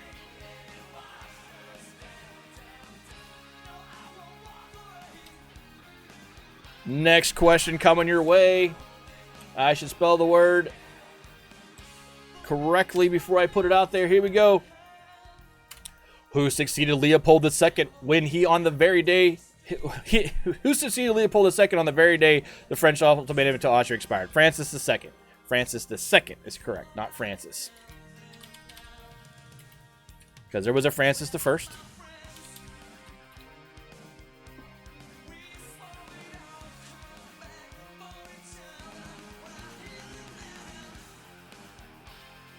Here is the next question. Who was the author of the weak ultimatum that France sent to Austria, telling them to stand down? Lessart with the T, but yes, Lessart. Lessart. Not Roland. No, sir.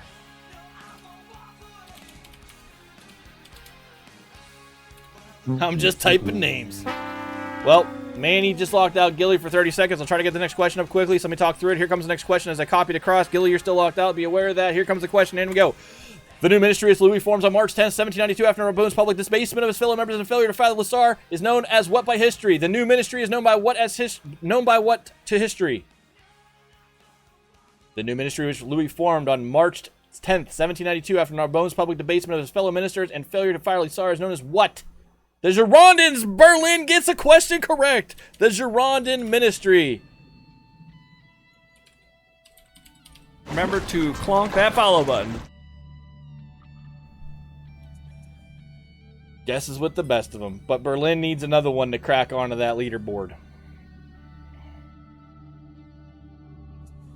The next question coming your way.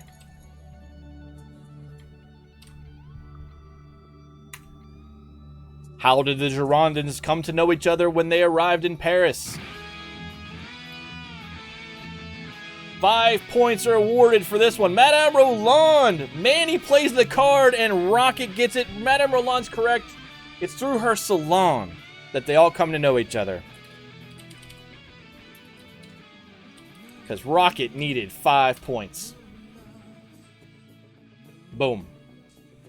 Gotta love how that automation worked. It just gave her the 5 points. I don't have to do it 5 times. Roland Salon. Yep.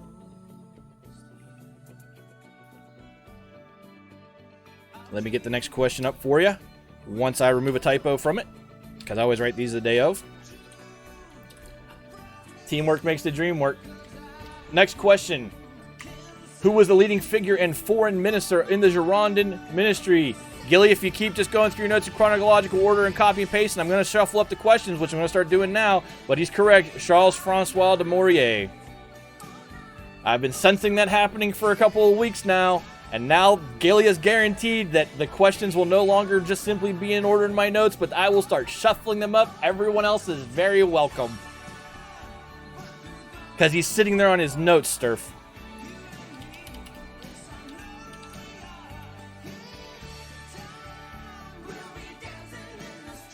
Alrighty. We'll go to this one.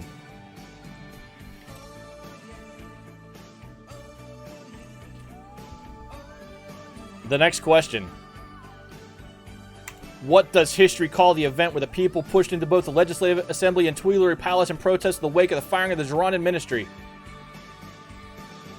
The demonstration day is not correct. There's a very specific name. I said it 4 times, so it was clearly heard.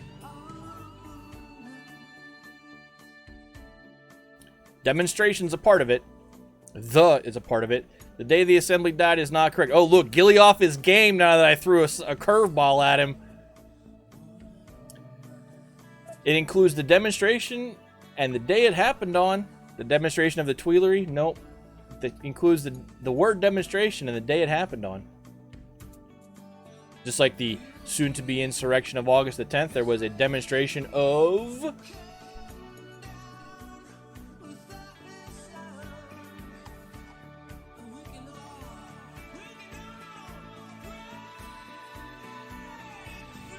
the demonstration of that one day.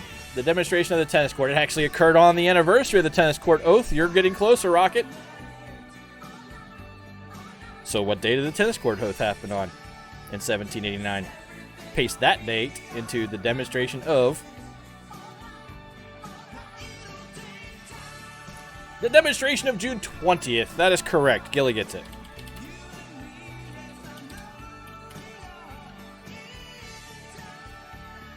Okie dokie, okie dokie.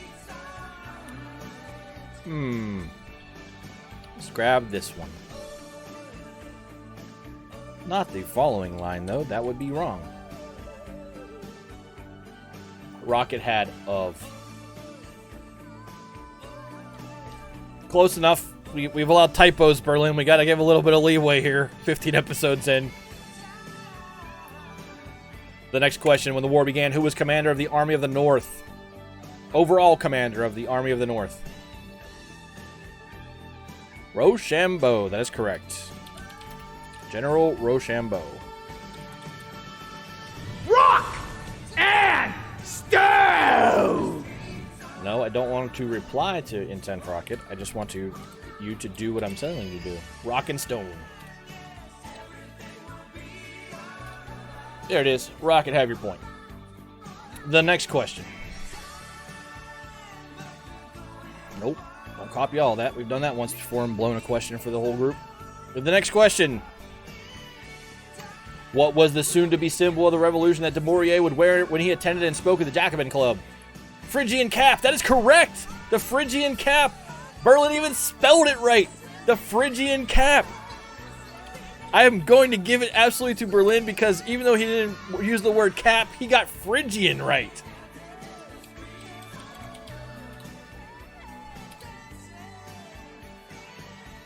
Berlin on the leaderboard.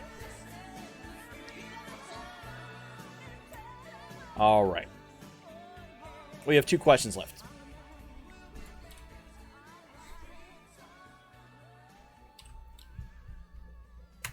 During the failed initial advance by the French into the Austrian Netherlands, who hid in a barn and later got stabbed and hung as a traitor, General Dillon. Rocket gets it. Irishman, General Dillon. Make sure you remember he was an Irishman so we can mention that to K's down the road.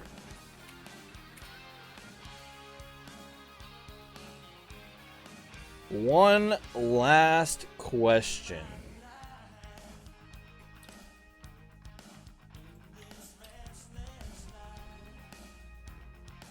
Yep, that's pretty much what's going to happen. The very last question for tonight. Here we go. The hanging guy full of holes.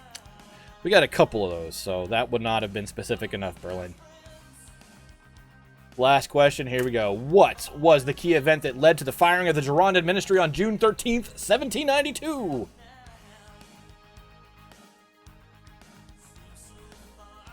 The letter from Roland. That is correct. The letter from Roland where he yelled at the king publicly. That's a no-no. Rocket got it first. Rocket extends her lead. Gilly now almost 20 ahead of Sturfers. Gilly.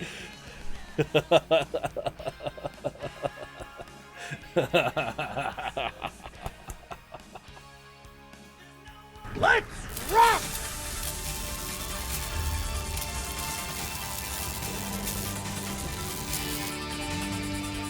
All right. That is the episode for tonight. For those of you that haven't been paying attention, I've been streaming Destiny most nights. These nights, there are Streamloots cards packs out there. If you didn't get your free one tonight, you can get it for Heavy Metal History, which includes some of those blocking cards to the quiz, or you can get one for Destiny off of the !SL link. I plan to stream Destiny some more, simply because I see it as a good vehicle to get me back to some interaction, and as another way for us to raise some money for DAV, should you be interested. Don't forget, that's the last time that's going to play Two Left Thumbs. Make sure you go check out that episode where I was on with Deaf Puppies. It's pretty good. Next week, we will get into the insurrection of August the 10th, which is the major point that's going to lead us to the terror. The failure of the Constitution of 1791. Louis no longer king. Pretty much just a prisoner at that point. It's all going to go downhill for him from there. But I thank you all for being here, as always. Really appreciate the interaction, the good questions. For the record, I knew your eventual workaround to copy-paste was, and I was worried about it. Is my only advantage about against Rocket. Yeah, I've been seeing it for a couple weeks, Gilly, and I was just like, maybe I start mixing these up. So we're certainly going to start doing that. Book giveaway next week as well. So be here if you are interested in winning a copy of The Black Count, which is about Alexandre Dumas' father, Charles, who was a general in the French army. He was black. which was, you know, in American senses, that's crazy at that time in history, right? Because all the black people were slaves in America. He was a general in the French army, a contemporary of Napoleon, and a rival. And it's a very interesting story about the father of the man who would write the Count of Monte Cristo. It's really the story of the real Count of Monte Cristo. So, Sturf, as always, thanks for being here. Hopefully next week you can catch up because Gilly won't be here. Maybe Rocket will be merciful. Well, let's see who is streaming. Anybody have any suggestions? Because there's no one yelling at me to go and raid right now. Who knew history could be fun? That's what everyone says, Berlin. Who knew history could be fun? Brookstone Bards. That's actually not a bad call. We can go say hi to Pete. They are streaming. They're live, though. So, nah. They're live. We're not going to get any sort of reciprocation, and I hate to be that way, from them at a live show. They're actually at a live show. Civil playing, nah, I don't want to go to Retro Gaming. We've rated Civil once or twice in the past month or so. Let me see who else is out there. We could go to Vic the Viking. He is doing Phasmophobia. Vic's a nice guy. I think we will head over there. You guys like Phasmophobia? We're gonna go hang out with Vic for a while. I haven't seen him for a while, so he may be like, "What are you doing here, Fix?" But that's what's going on. So in the meantime, we're gonna do our normal outro. Thank you very much, as always, for being here. Wrap the episode up and see you next Saturday at 7 p.m. Eastern Time. I happen to be on call next Saturday. I'm covering for a person who left, so hopefully it's a quiet night. If we have to bump due to an on-call matter next Saturday, I will simply do the episode on Sunday.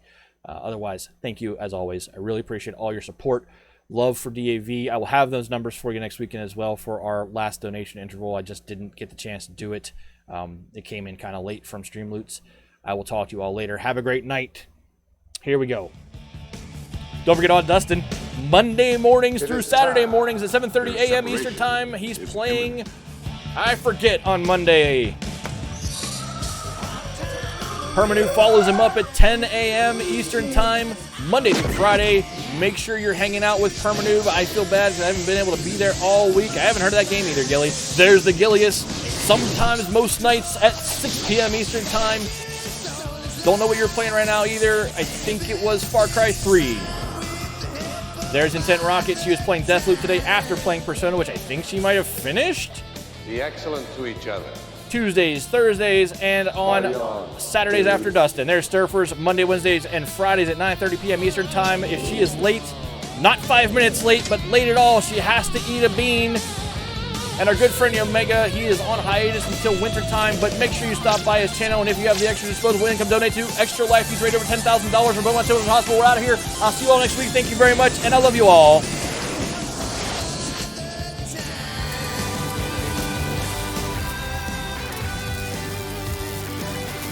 Be excellent to each other.